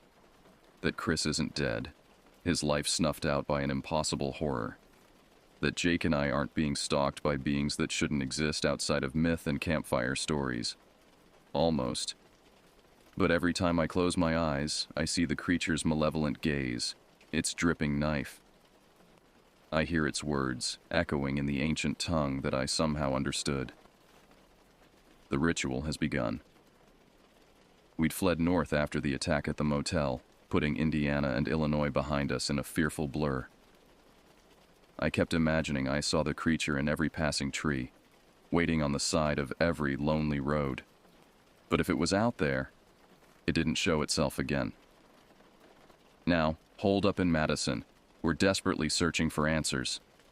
I'm poring over books of Native American legends and folklore while Jake scours conspiracy theory forums on his laptop, searching for any hint, any clue about the ungodly things that have invaded our reality. I pause on a passage detailing a myth from the Algonquin tribes of the Great Lakes region. It tells of spindly antlered beings said to stalk the deep woods, the Wendigo, creatures with an insatiable hunger for human flesh, whose name means the evil spirit that devours mankind. A shudder runs through me as I read an account of a Wendigo draining the blood from its still living victims to sate its endless thirst. The ritual, it said. Skinwalkers, Jake says abruptly, making me jump. I glance over at him as he leans toward his laptop screen, eyes wide. The Navajo have legends about skinwalkers, medicine men who used evil magic to shapeshift into animals or animal-human hybrids. They had deer or coyote heads on human bodies. My mind flashes to the hulking figure from the forest, its body a twisted collage of man and beast. The perfect camouflage for the woods, I murmur. Jake nods, chewing his lip. Says here the Navajo were scared shitless of them. That they'd kill entire families, drink their blood. They were tied to all sorts of dark rituals to gain power.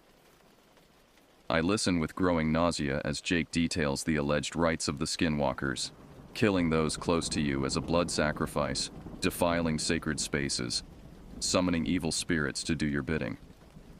Every word rings harrowingly true, like puzzle pieces clicking into place to form a picture of our own private hell. The blood moon, I say hoarsely. Both of us fall silent, remembering the creature's parting declaration. I grab Jake's arm, sudden terrible certainty crystallizing in my gut. Jake, when's the next full moon? His face drains of color as he reaches for his phone with numb fingers. A few taps later, he looks up at me in mute horror. He turns the screen toward me. There, under today's date, it reads, "Full moon, total lunar eclipse. The blood moon, tonight." Jesus Christ, I whisper. The chill from my bones seeps outward, coiling around my hammering heart. It's coming for us.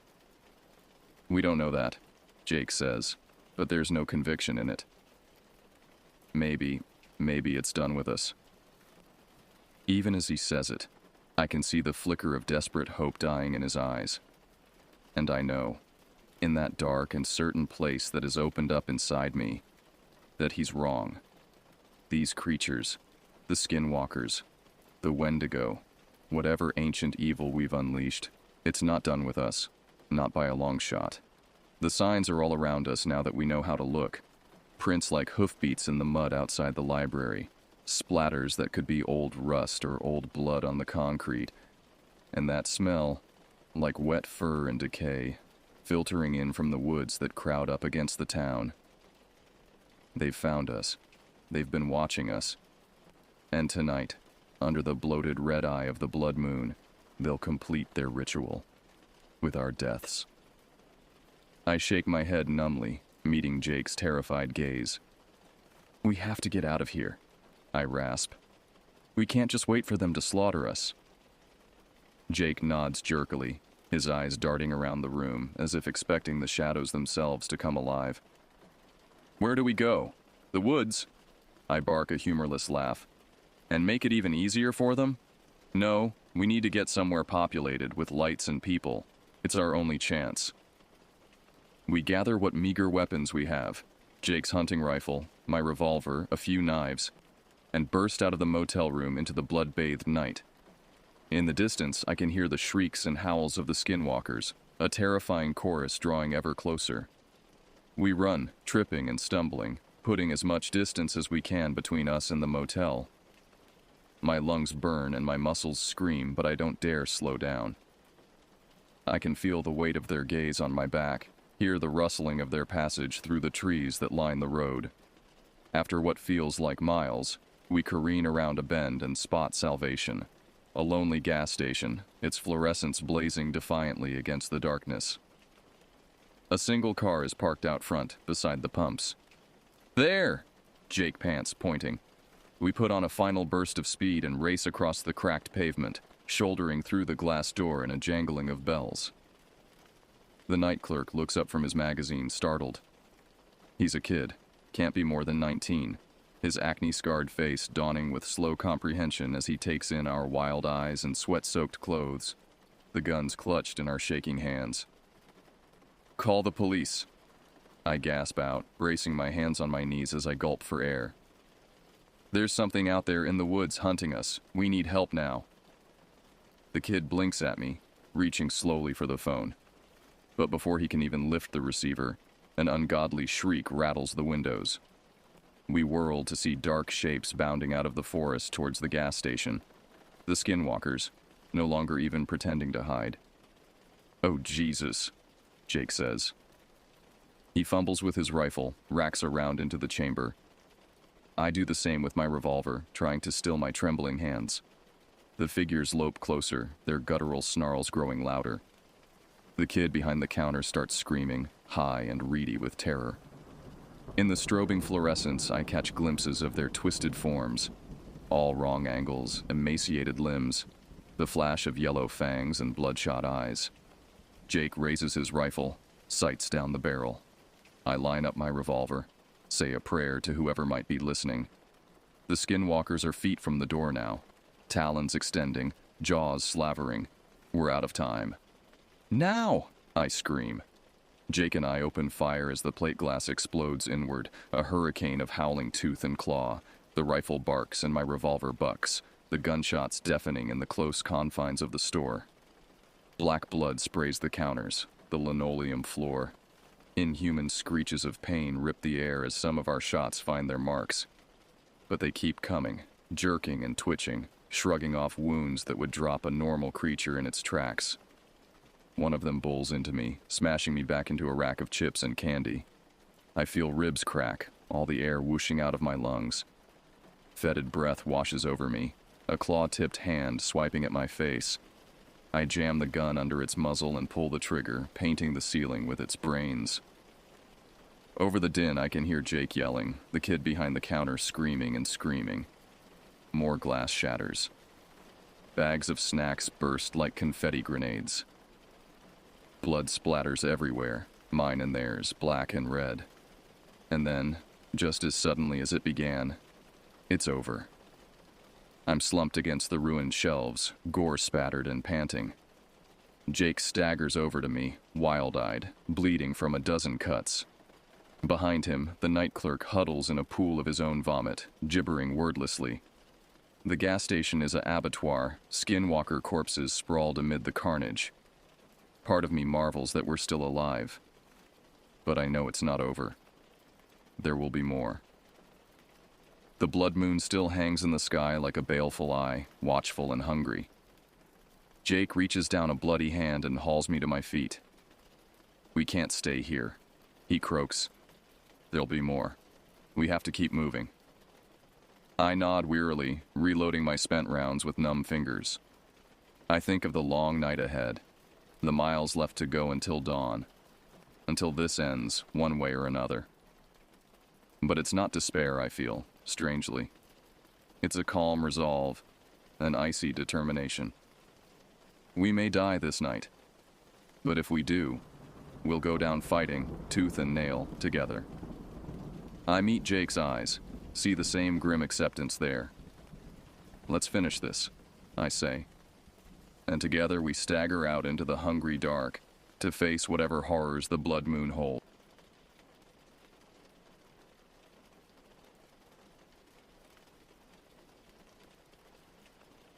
The first rays of dawn were just beginning to filter through the dense canopy of the C.O. Slaw National Forest as I zipped up my jacket and stepped out of the ranger station. The crisp Oregon air filled my lungs, carrying with it the scent of pine and damp earth.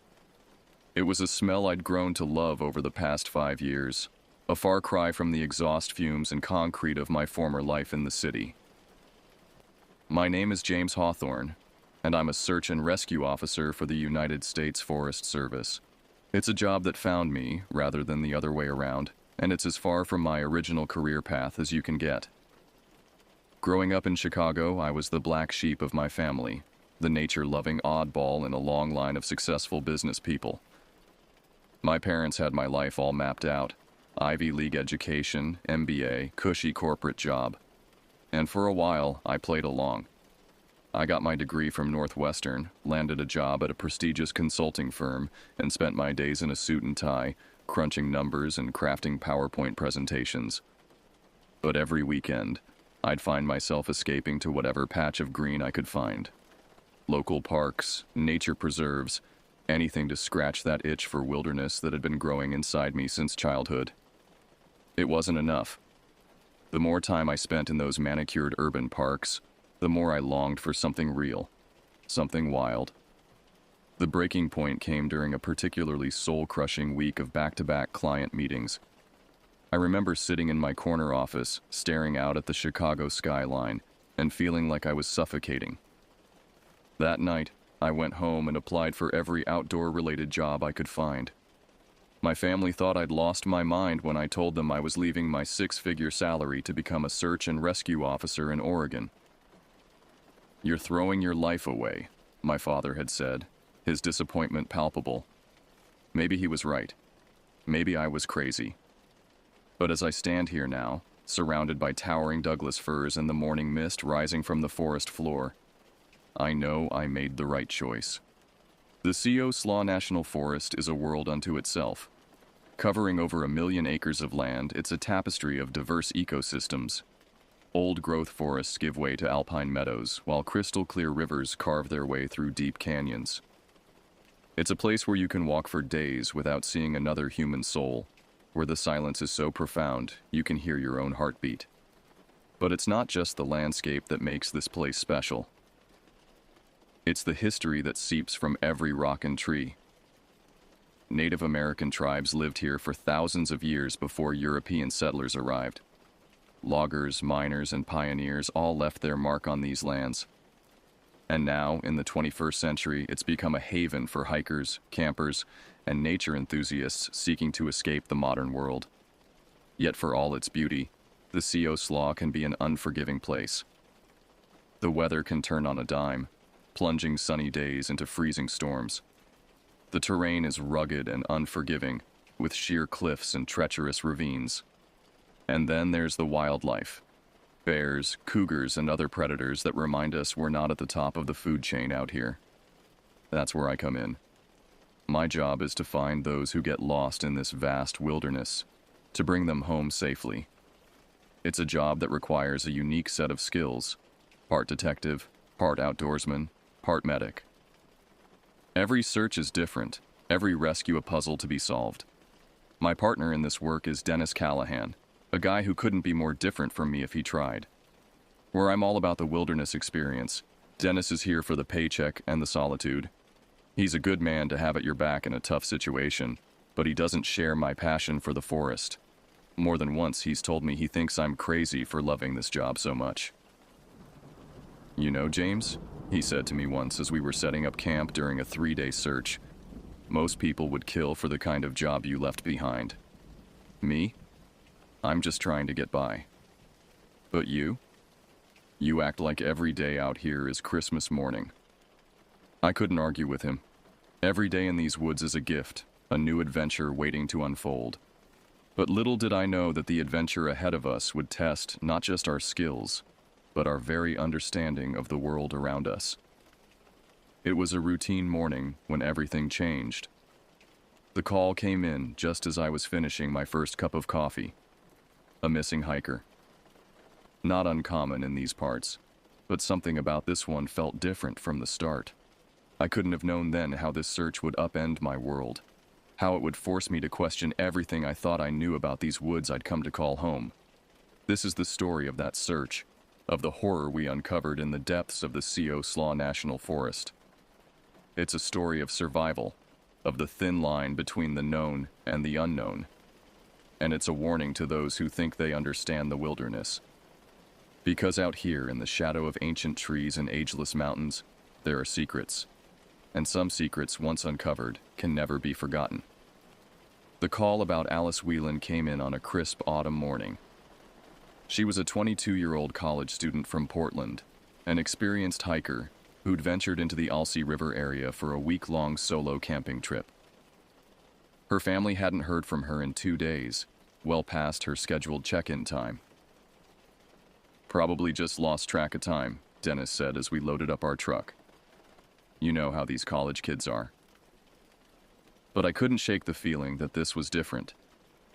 Maybe it was the way the dispatcher's voice trembled slightly, or the fact that Alice was known to be meticulous about her hiking plans.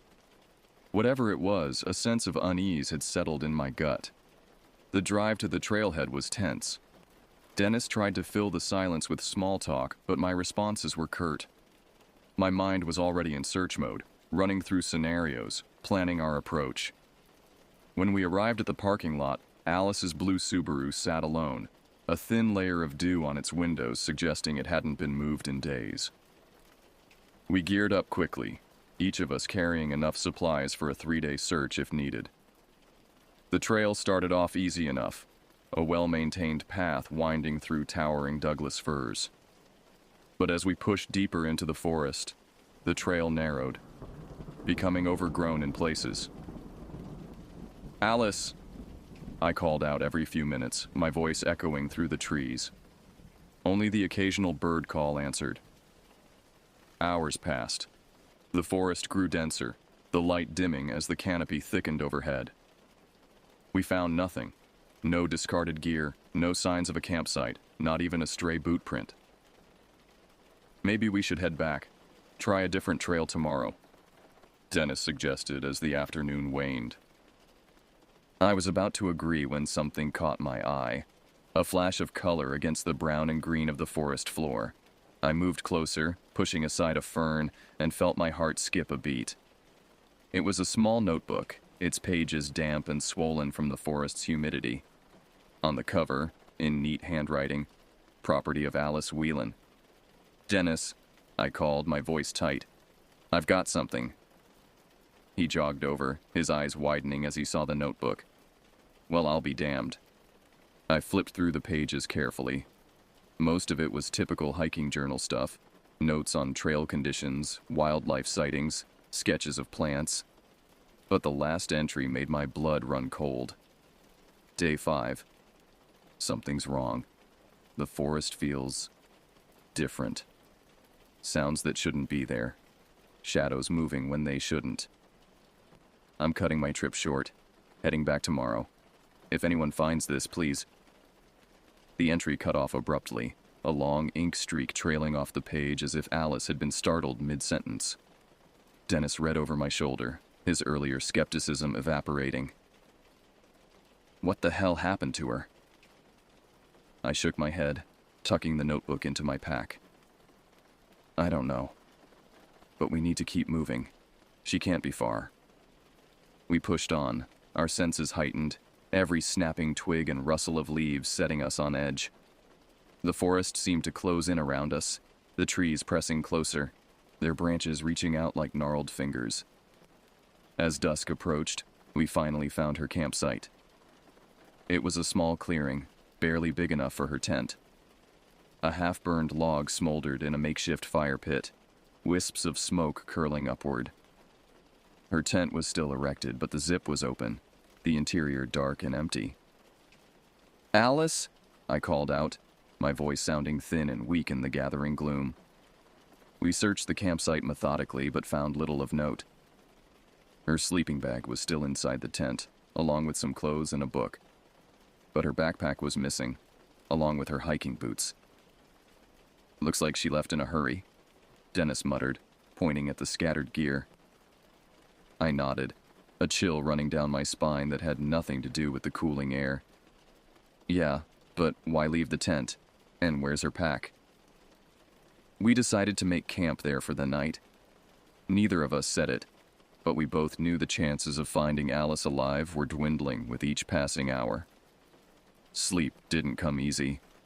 The forest was alive with sounds. The hoot of an owl, the rustle of small animals in the underbrush. But there was something else, something I couldn't quite put my finger on.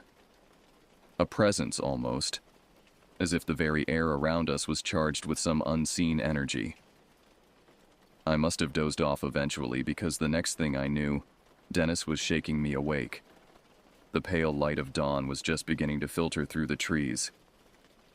"James," he hissed, his face pale. "Listen." I sat up, straining my ears. At first I heard nothing unusual, just the normal sounds of the forest waking up.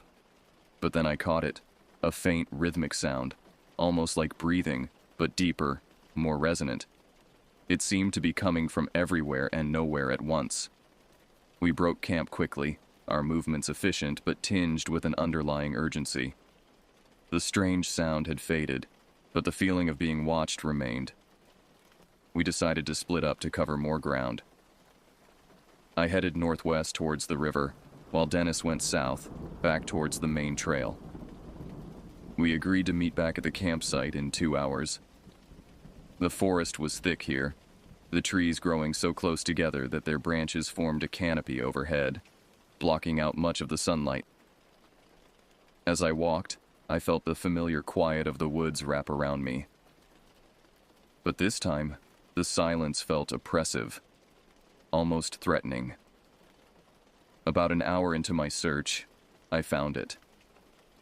At first, it looked like a bundle of clothes caught on a branch, but as I got closer, I saw it was Alice's backpack.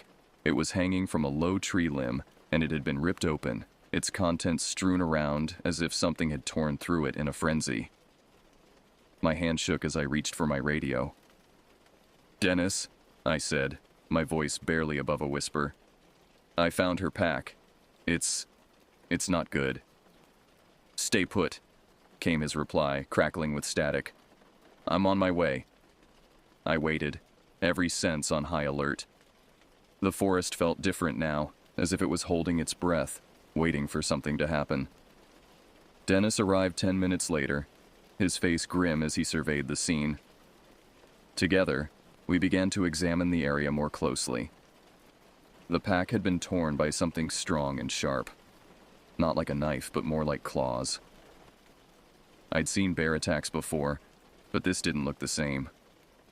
Bears don't usually rip packs apart like this, and there was no sign of the food that would have attracted them. "What the hell did this?" Dennis muttered, his voice uneasy. I shook my head. "I don't know. But we need to keep looking. Alice might still be alive."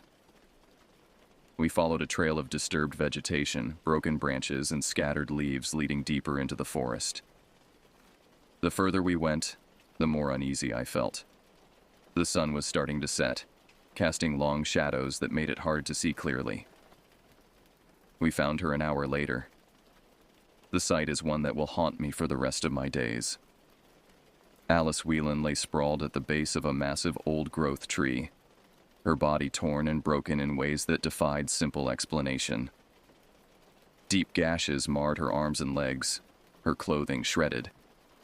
Her face was frozen in a mask of terror, eyes wide and staring blankly at the darkening sky. Dennis turned away, retching into the underbrush. I forced myself to stay focused, to approach the scene with the detachment of a professional. But inside, I was screaming. "We need to get her out of here," I said, my voice sounding strange and distant to my own ears, "and call this in." We wrapped Alice's body as gently as we could in a blanket we'd brought, then began the long, grim trek back to the campsite. Every sound, every rustle of leaves set my nerves on edge. I kept my hand on my knife, though I knew in my heart it would be useless against whatever had done this. Back at the campsite, we radioed for help. The response team would take a few hours to arrive, so we set up camp and waited, keeping the fire burning bright against the encroaching darkness. Dennis and I sat in silence, each lost in our own thoughts. There was something out there, something dangerous, and we had no idea what it was. The forest, which had always been my sanctuary, now felt alien and hostile. It was around midnight when we heard it. A low, rumbling noise that seemed to come from everywhere at once. It was like nothing I'd ever heard before. Not quite animal, not quite human. Dennis grabbed his rifle and I drew my knife, standing back to back as we scanned the darkness. The noise grew louder and the forest around us seemed to close in, the trees leaning closer as if they were watching, waiting. Then, as suddenly as it had begun, the sound stopped. The silence that followed was deafening. "What the hell was that?" Dennis hissed, his voice barely a whisper. I shook my head, my eyes darting from shadow to shadow. "I don't know, but we need to stay alert." The hours until dawn were the longest of my life. The noise didn't return, but the feeling of being watched never left. When the first light of morning finally filtered through the trees, it was a relief like I'd never felt before. The response team arrived shortly after sunrise, a mix of Forest Service personnel and local law enforcement. We showed them where we'd found Alice and helped carry her body back to the trailhead. The officers asked us countless questions, but we had few answers. All we knew was that something had killed her, something powerful and ruthless. Days later, the official report came back. They couldn't identify the animal that had attacked Alice, but the injuries were consistent with a large predator. They advised caution in the area, but had no real plan for dealing with whatever was out there. In the weeks that followed, Dennis and I tried to return to our normal routines, but things had changed. The forest, which had always been my sanctuary, now felt like a place of danger and uncertainty. Every time I went out on a search, I couldn't help but wonder if I'd encounter that thing again, if I'd become its next victim. One evening, about a month after the incident, Dennis and I were sitting in the ranger station, going over maps for an upcoming search. The silence between us was heavy, charged with unspoken fears. "Do you think it's still out there?" Dennis asked suddenly, breaking the silence. I looked up from my map, meeting his gaze. "Yeah," I said quietly. "I do." We fell silent again, each lost in our own thoughts. Outside the window, the forest loomed dark and imposing, the trees swaying gently in the wind. I didn't know what the future held, but I knew one thing for certain. Whatever was out there, it was far from finished. In the months that followed, there were more incidents. Hikers reported strange noises, unexplained movements in the undergrowth. 2 more people went missing, their bodies never found. The Forest Service increased patrols, but it felt like putting a Band-Aid on a gushing wound. I stayed on, driven by a mix of duty and a need to understand what was happening in my beloved forest. But I was changed. The wonder I once felt among the trees was replaced by a constant vigilance, a nagging fear that around any bend, behind any trunk, something unnatural might be lurking. Sometimes on quiet nights when the wind is still, I think I can hear it. That low, rumbling sound that defies explanation.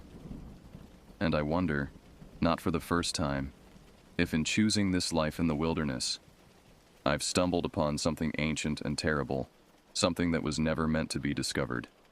The Co Slaw National Forest keeps its secrets well. But some secrets, once glimpsed, can never be forgotten.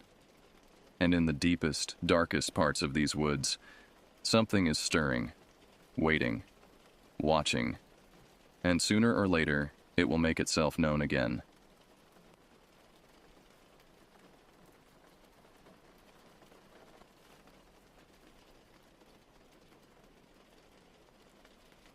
I'm not one for dramatic introductions, so I'll just say it like it is.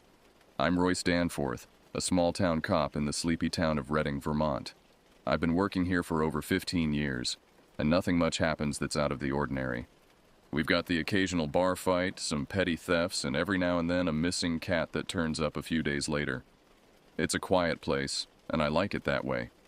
Or at least I used to. It was 2003 when things took a turn. The call came in around 10 p.m. on a chilly October night, just as I was wrapping up my shift.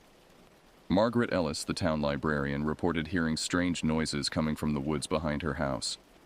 Margaret's a tough old bird, not prone to flights of fancy, so when she calls about something strange, you listen. I got in the cruiser and headed over. The streets were dark, and a fine mist had settled over the town, blurring the edges of everything. As I drove, I couldn't shake the feeling that something was off. The town seemed too quiet, even for Reading. Margaret's house was one of those old colonial-style homes, the kind you see on postcards, with a big front porch and tall, narrow windows. She was waiting for me on the porch, her face pale and drawn. "Royce, thank God you're here," she said, her voice trembling. "I don't know what it is, but there's something out there. It's been making this awful noise, like nothing I've ever heard before." I nodded, trying to keep things calm. "I'll take a look, Margaret. You just stay inside and lock the doors, all right?"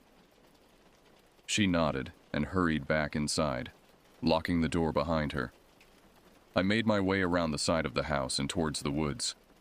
The trees loomed overhead, their branches twisted and gnarled like the fingers of some ancient, malevolent creature. The further I went, the thicker the mist became, until it was almost like walking through a cloud.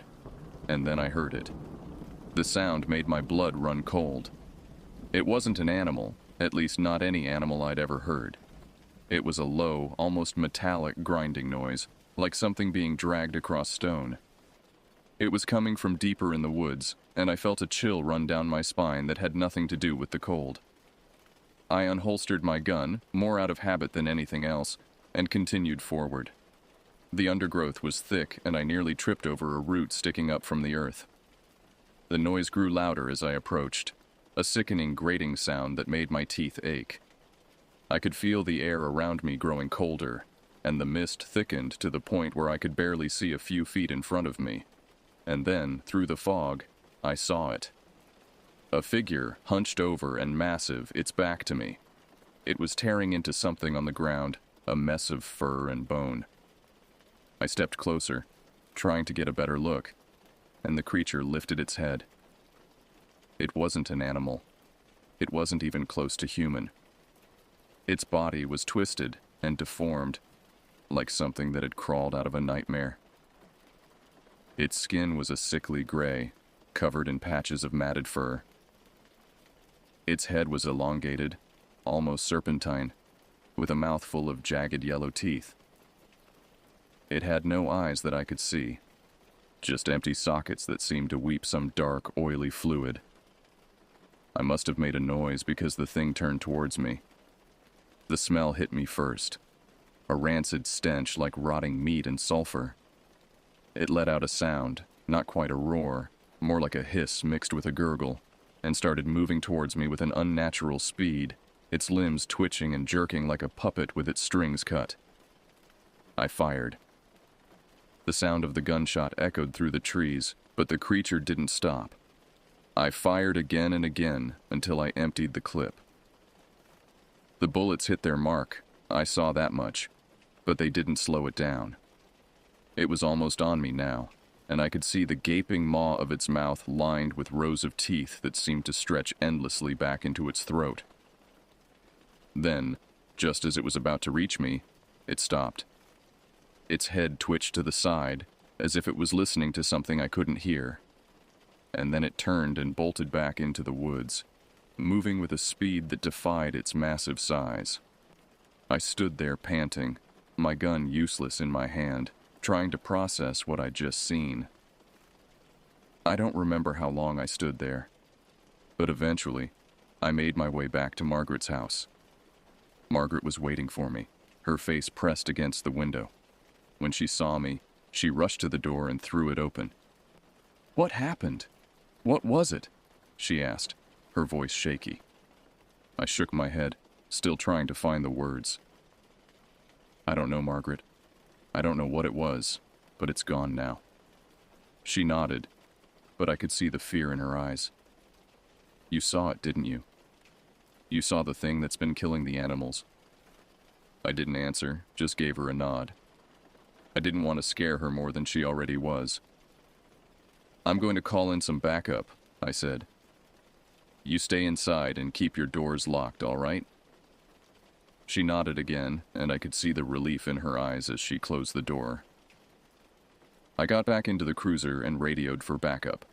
I told them there was a dangerous animal in the woods and that we needed to cordon off the area. Within half an hour, a few more units arrived. We set up a perimeter around the woods, but we didn't go in. Not yet. I wasn't sure what we were dealing with, and I didn't want to send anyone in there blind. A few hours later, the sun started to come up and the fog began to lift. We went into the woods then, me and a couple of the other officers. We found the body of the animal the creature had been tearing into. It was a deer, or what was left of it. There wasn't much, just bits of fur and bone scattered around, like the thing had chewed it up and spit it out. We searched the area for any sign of the creature, but there was nothing. No tracks, no blood, nothing. It was like the thing had just disappeared. We called in animal control, but they didn't find anything either. They said it was probably just a bear, but I knew better. I knew what I'd seen, and it wasn't a bear. I went back to the station, and they put the report down as an animal attack. They didn't believe me, but that was fine. I didn't need them to. I knew what I'd seen, and so did Margaret. That was enough for me. In the days that followed, I couldn't shake the memory of what I'd seen in those woods. I tried to go about my normal routine, but everything felt off. The town seemed quieter, more subdued. People were staying in after dark, locking their doors, keeping their pets inside. I started digging into the town's history, looking for anything that might explain what I'd seen. I spent hours at the library, poring over old newspapers and town records. Margaret helped when she could, pulling out dusty old books and pointing me towards local legends and folklore. Most of it was the usual small-town stuff, ghost stories, tales of witches and curses. But there was one story that caught my attention. Back in the 1800s, there had been a series of disappearances in Reading. People vanishing without a trace, mostly drifters and outsiders. The townsfolk at the time had blamed it on wild animals, but there were whispers of something else. Something that lived in the woods. Something that wasn't quite natural. I tried to tell myself it was just a coincidence, that I was grasping at straws.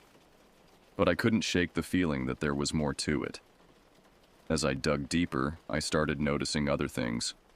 Small things at first, more missing pets, livestock found mutilated on the outskirts of town. Then bigger things. A hiker went missing in the state park just outside of town. Search and rescue combed the area for days but found nothing. And then there were the noises. People all over town reported hearing strange sounds at night. A low, rumbling growl, a high-pitched keening that set their teeth on edge. The same metallic grinding I'd heard that night in the woods. I tried to keep a lid on things, to keep people calm. But word was spreading. People were scared, and they had every right to be. It was about a month after my first encounter when it happened again. This time it was broad daylight. I was patrolling the edge of town, near where the woods met the farmland, when I saw it. At first I thought it was just a shadow, a trick of the light, but then it moved. It was in a field, crouched low in the tall grass. I could see its back rising and falling as it breathed, see the way its muscles rippled under its gray skin. It was bigger than I remembered, its body twisted and malformed in ways that defied logic. I reached for my radio, but before I could call it in, the thing's head snapped up. It turned towards me, and even from a distance, I could feel the weight of its eyeless gaze. For a moment, neither of us moved. Then, with a speed that shouldn't have been possible for something its size, it bolted. Not towards me, but towards the woods. I gave chase, calling it in as I ran, but by the time backup arrived, the thing was long gone. We searched the area, but like before there was no trace. No tracks, no broken branches, nothing to indicate that anything had been there at all. But this time, we did find something. In the field where I'd first spotted the creature, we found a body. It was a cow, or what was left of it. The poor animal had been torn apart, its insides strewn across the grass. The farmer who owned the field said he'd checked on his herd just that morning. Whatever had done this had done it in broad daylight, in a matter of hours. As we stood there, looking at the carnage, I could feel the mood shift. This wasn't something we could ignore anymore. This wasn't just a wild animal, this was something else entirely. The town hall was packed. Every seat was filled, and people were standing along the walls, spilling out into the hallway. The air was thick with tension and fear. I stood at the front of the room, next to Mayor Hoffman and Sheriff Benson. We'd called this meeting to address the growing concerns, to try and calm people down. But looking out at the sea of worried faces, I knew it wasn't going to be easy. Mayor Hoffman stepped up to the microphone first. He tried to reassure everyone, talking about increased patrols and safety measures. But I could see that his words weren't having much effect. These people wanted answers, and platitudes weren't going to cut it. When it was my turn to speak, I took a deep breath. I knew what I was about to say would change everything, but I couldn't keep quiet anymore. These people deserved to know the truth. I know you're all scared, I began, and you have every right to be. What we're dealing with, it's not a normal animal. It's something else, something I've never seen before. A murmur ran through the crowd. I could see Sheriff Benson shifting uncomfortably beside me, but I pressed on. I told them everything. About what I'd seen in the woods that night, about the encounter in the field. I described the creature in detail, watched as faces paled and eyes widened. When I finished, the room erupted. People were shouting, demanding answers, calling for action. It took Sheriff Benson firing a shot into the air to quiet them down. In the end, we agreed on a plan. We'd form search parties, arm ourselves, and comb the woods.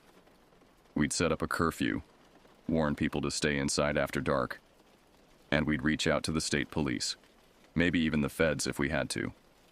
As the meeting broke up, I could feel the weight of what we were about to do settling over me. We were going to hunt this thing down, whatever it was, and God help us if we found it. The next few weeks were a blur of activity. We organized search parties, set up patrols, fortified the town as best we could. People were scared, but there was a determination in the air. We were going to face this thing head on. I led one of the search parties into the woods. We were armed to the teeth, but I couldn't shake the feeling that our weapons were useless against whatever this thing was. For days, we searched. We combed every inch of those woods, but found nothing. No tracks, no lairs, no sign of the creature at all. It was like it had vanished into thin air. But we knew it was still out there. Every night we could hear it.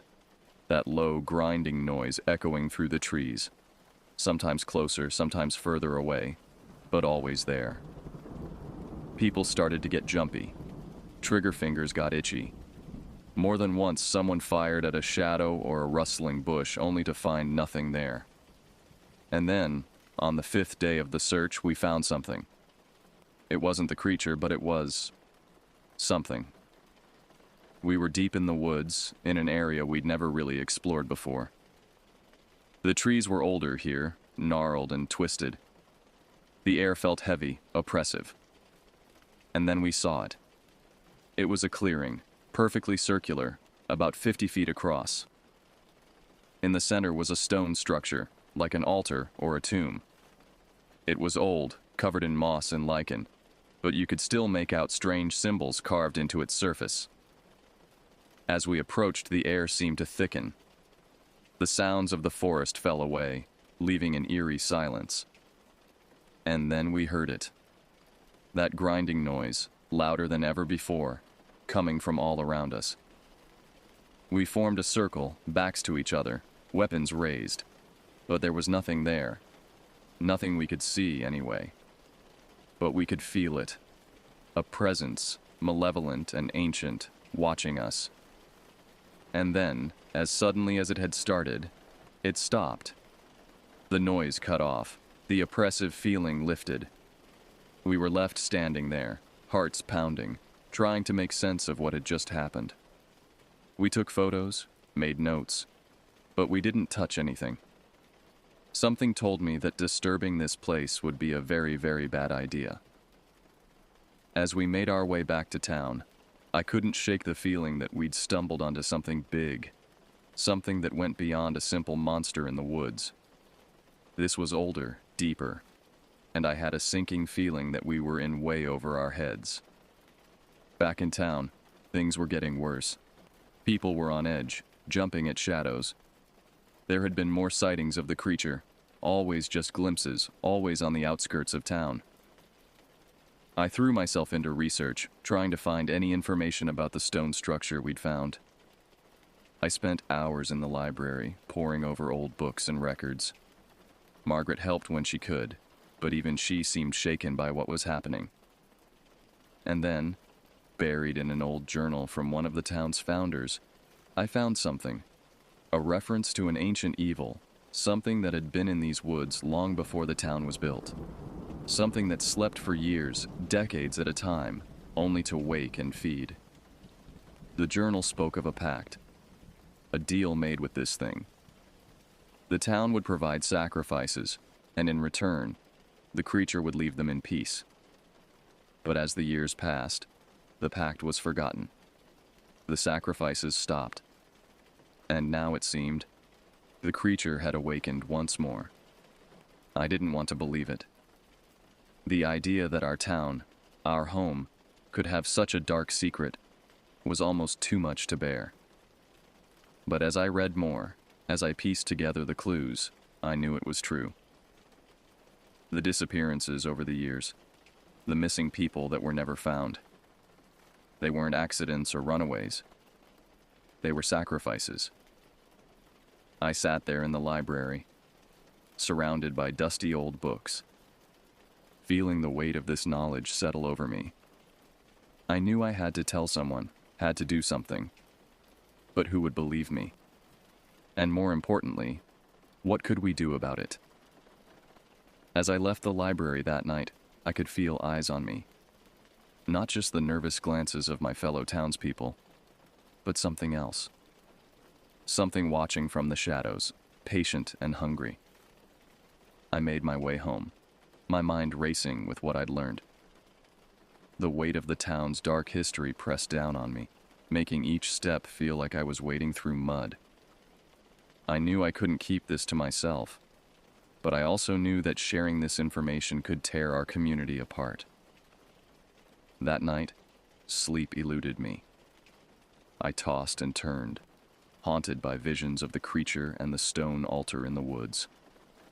In my dreams, I saw generations of townsfolk, their faces twisted in fear and guilt, leading innocents into the dark heart of the forest. I woke up drenched in sweat, the echoes of screams ringing in my ears. The next morning, I called an emergency meeting with Sheriff Benson and Mayor Hoffman. We met in the sheriff's office, the blinds drawn and the door locked. Their faces grew pale as I laid out what I'd discovered. "This can't be true," Mayor Hoffman said, his voice barely above a whisper. "Our ancestors we couldn't have..." Sheriff Benson was silent, his face a mask of stone. When he finally spoke, his voice was hard. "If this is true, Royce, we need to end it. Now." I nodded, relief washing over me. I'd been afraid they wouldn't believe me, that they'd dismiss my findings as the ravings of a man pushed to the edge by fear and stress. But they believed me. And more importantly, they were ready to act. We spent the next few hours planning. We couldn't tell the whole town. The panic it would cause would be catastrophic. Instead, we decided to assemble a small team of people we could trust. People who could handle the truth and who had the skills we'd need to face this thing. By nightfall, we had our team. Besides the three of us, there was Margaret from the library. Her knowledge of local history invaluable. We also brought in Dr. Evelyn Chen, the town's veterinarian, figuring her expertise might give us some insight into what we were dealing with. Rounding out the group was Sam Reeves, a local hunter who knew the woods better than anyone. We met at the edge of town as the sun was setting, armed with everything we could think might be useful. Guns, yes, but also torches, ropes, first aid kits. Sam had even brought along some heavy-duty animal traps. As we entered the woods, the air seemed to thicken. The usual sounds of the forest, birds, insects, the rustle of small animals, fell away, leaving an eerie silence. We moved slowly, carefully, every sense on high alert. It took us nearly 2 hours to reach the clearing with the stone altar. In the fading light, it looked even more ominous than before. The strange symbols carved into its surface seemed to writhe and shift in the flickering light of our torches. "So what's the plan?" Sam asked, his voice barely above a whisper. I realized then that I didn't really have one. We'd come out here driven by the need to do something, anything, to stop this horror that had plagued our town for generations. But standing there, in that clearing that reeked of ancient evil, I felt woefully unprepared. Before I could answer, a low, grinding noise filled the air. It was the same sound I'd heard that first night, but louder now, more insistent.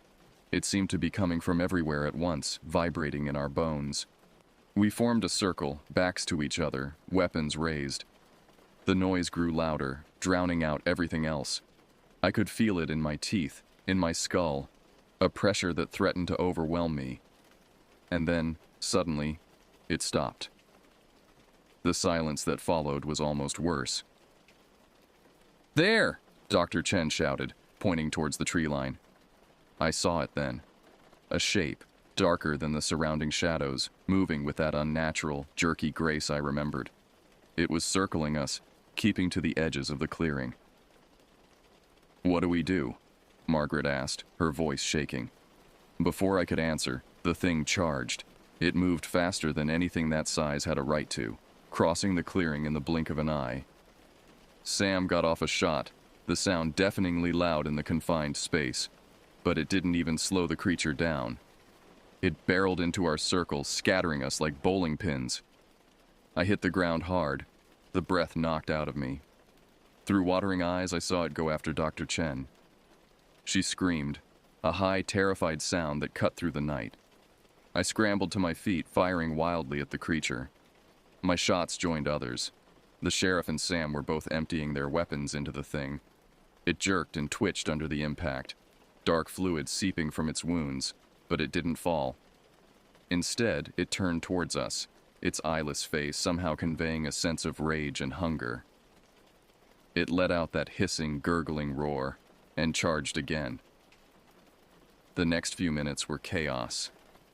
We scattered, trying to avoid its charge while still keeping it in our sights. It was smart, using the trees and shadows to its advantage, appearing and disappearing like a nightmare. I lost track of how many times I fired, how many times I heard the creature's roar or my companion's shouts. Time seemed to stretch and warp until it felt like we'd been fighting this thing forever. And then suddenly, I found myself face to face with it. I'd backed up against the stone altar, and the creature had me cornered. Up close, it was even more horrifying than I remembered. Its skin was a patchwork of scales and fur, slick with that dark, oily substance. Its mouth gaped open, rows upon rows of teeth gleaming in the moonlight. I raised my gun, knowing it was useless, but unable to do anything else. The creature reared back, ready to strike. And then Margaret's voice rang out, clear and strong. She was standing on top of the altar, an old book in her hands, reading something in a language I didn't understand. The words seemed to hang in the air, vibrating with power. The creature froze. A shudder ran through its massive body, and it let out a sound. Not a roar this time, but a wail of pain and fury. It thrashed, as if trying to escape from some invisible force. "Keep reading," I shouted to Margaret. She nodded, her voice growing louder. The air in the clearing began to shimmer, like heat waves rising from hot asphalt. The creature's movements became more frantic, more desperate. And then, with a sound like reality itself tearing, a hole opened up in the air next to the altar. It was like looking into the depths of space, an absolute perfect darkness that hurt to look at. The creature let out one final defiant roar, and then, as if pulled by some immense force, it was dragged into that impossible darkness. The hole snapped shut behind it with a sound like a thunderclap, and just like that, it was over. The oppressive atmosphere that had hung over the clearing dissipated. The normal sounds of the forest returned, the rustle of leaves, the calls of night birds. We stood there, panting, trying to process what had just happened. Dr. Chen was injured, a nasty gash on her arm where the creature had caught her, but alive. The rest of us were battered and bruised, but otherwise okay. What did you do?" I asked Margaret, my voice hoarse. She looked down at the book in her hands, a mix of awe and fear on her face. "I'm not sure," she said.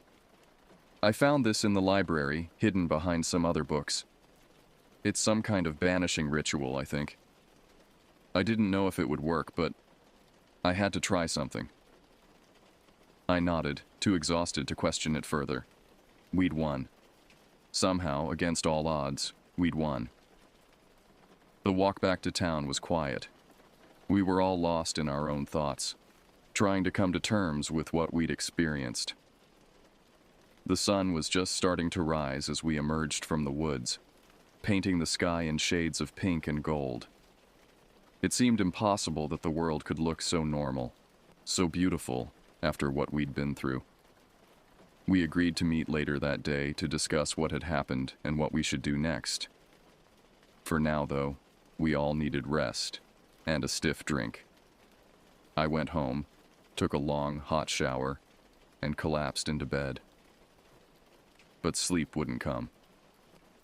Every time I closed my eyes, I saw that thing, heard its unearthly roar. I saw the faces of the people we'd lost over the years, the sacrifices our town had made to keep that horror at bay. When I finally gave up on sleep and got up, it was late afternoon. I made my way to the sheriff's office, where the others were already gathered. The mood was somber as we discussed what had happened. We all agreed that the town needed to know the truth, or at least some version of it. We couldn't keep this secret any longer. But how do we tell them? Mayor Hoffman asked. How do we explain all of this? It was a good question, and one I didn't have a good answer for. How do you tell a town that their ancestors made a deal with a monster? That people they knew, people they loved, had been sacrificed to keep that monster satisfied? In the end, we decided on a version of the truth. We'd tell them about the creature, about the battle in the woods. We'd tell them it was gone now, banished. But we'd leave out the part about the town's complicity. It was cowardly, perhaps, but we reasoned that knowing the full truth would do more harm than good. The town meeting was difficult. People were scared, angry, confused. There were those who didn't believe us, who thought we were making it all up. But there were enough people who'd seen something, who'd heard the noises in the night, that most accepted our story. In the weeks that followed, things slowly began to return to normal. Or as normal as they could be, given what had happened. The fear lingered, of course. People still looked over their shoulders, still jumped at unexpected noises. But as time passed and nothing happened, that fear began to fade. For my part, I couldn't let it go. I spent my free time researching, trying to find out more about what we'd faced. Margaret helped, using her librarian skills to dig up old records and obscure texts.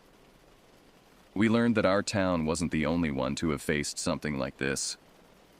There were stories from all over the world spanning centuries of similar creatures. Some called them demons, others ancient gods. Whatever they were, it seemed they'd been haunting humanity for a very long time. But we'd beaten ours. We'd faced the darkness and come out the other side. And if it ever came back, well, we'd be ready. It's been a year since that night in the woods. Reading has changed. We all have. There's a wariness now. A knowledge that the world is bigger and stranger and more dangerous than we'd ever imagined.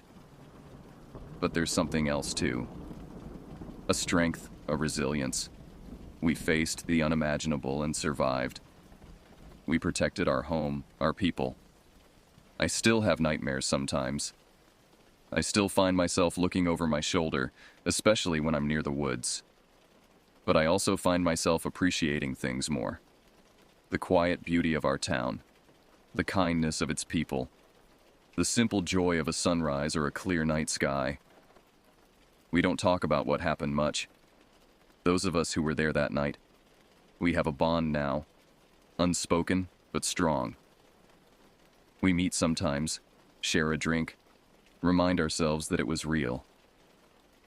And if sometimes on quiet nights I think I hear a faint grinding noise from the direction of the woods, well, I tell myself it's just the wind in the trees. Just the wind. But I keep my gun close, just in case. Because if there's one thing I've learned, it's that the monsters are real. And someone has to stand ready to face them. That someone is me. Royce Danforth, small-town cop, monster hunter. God help us all.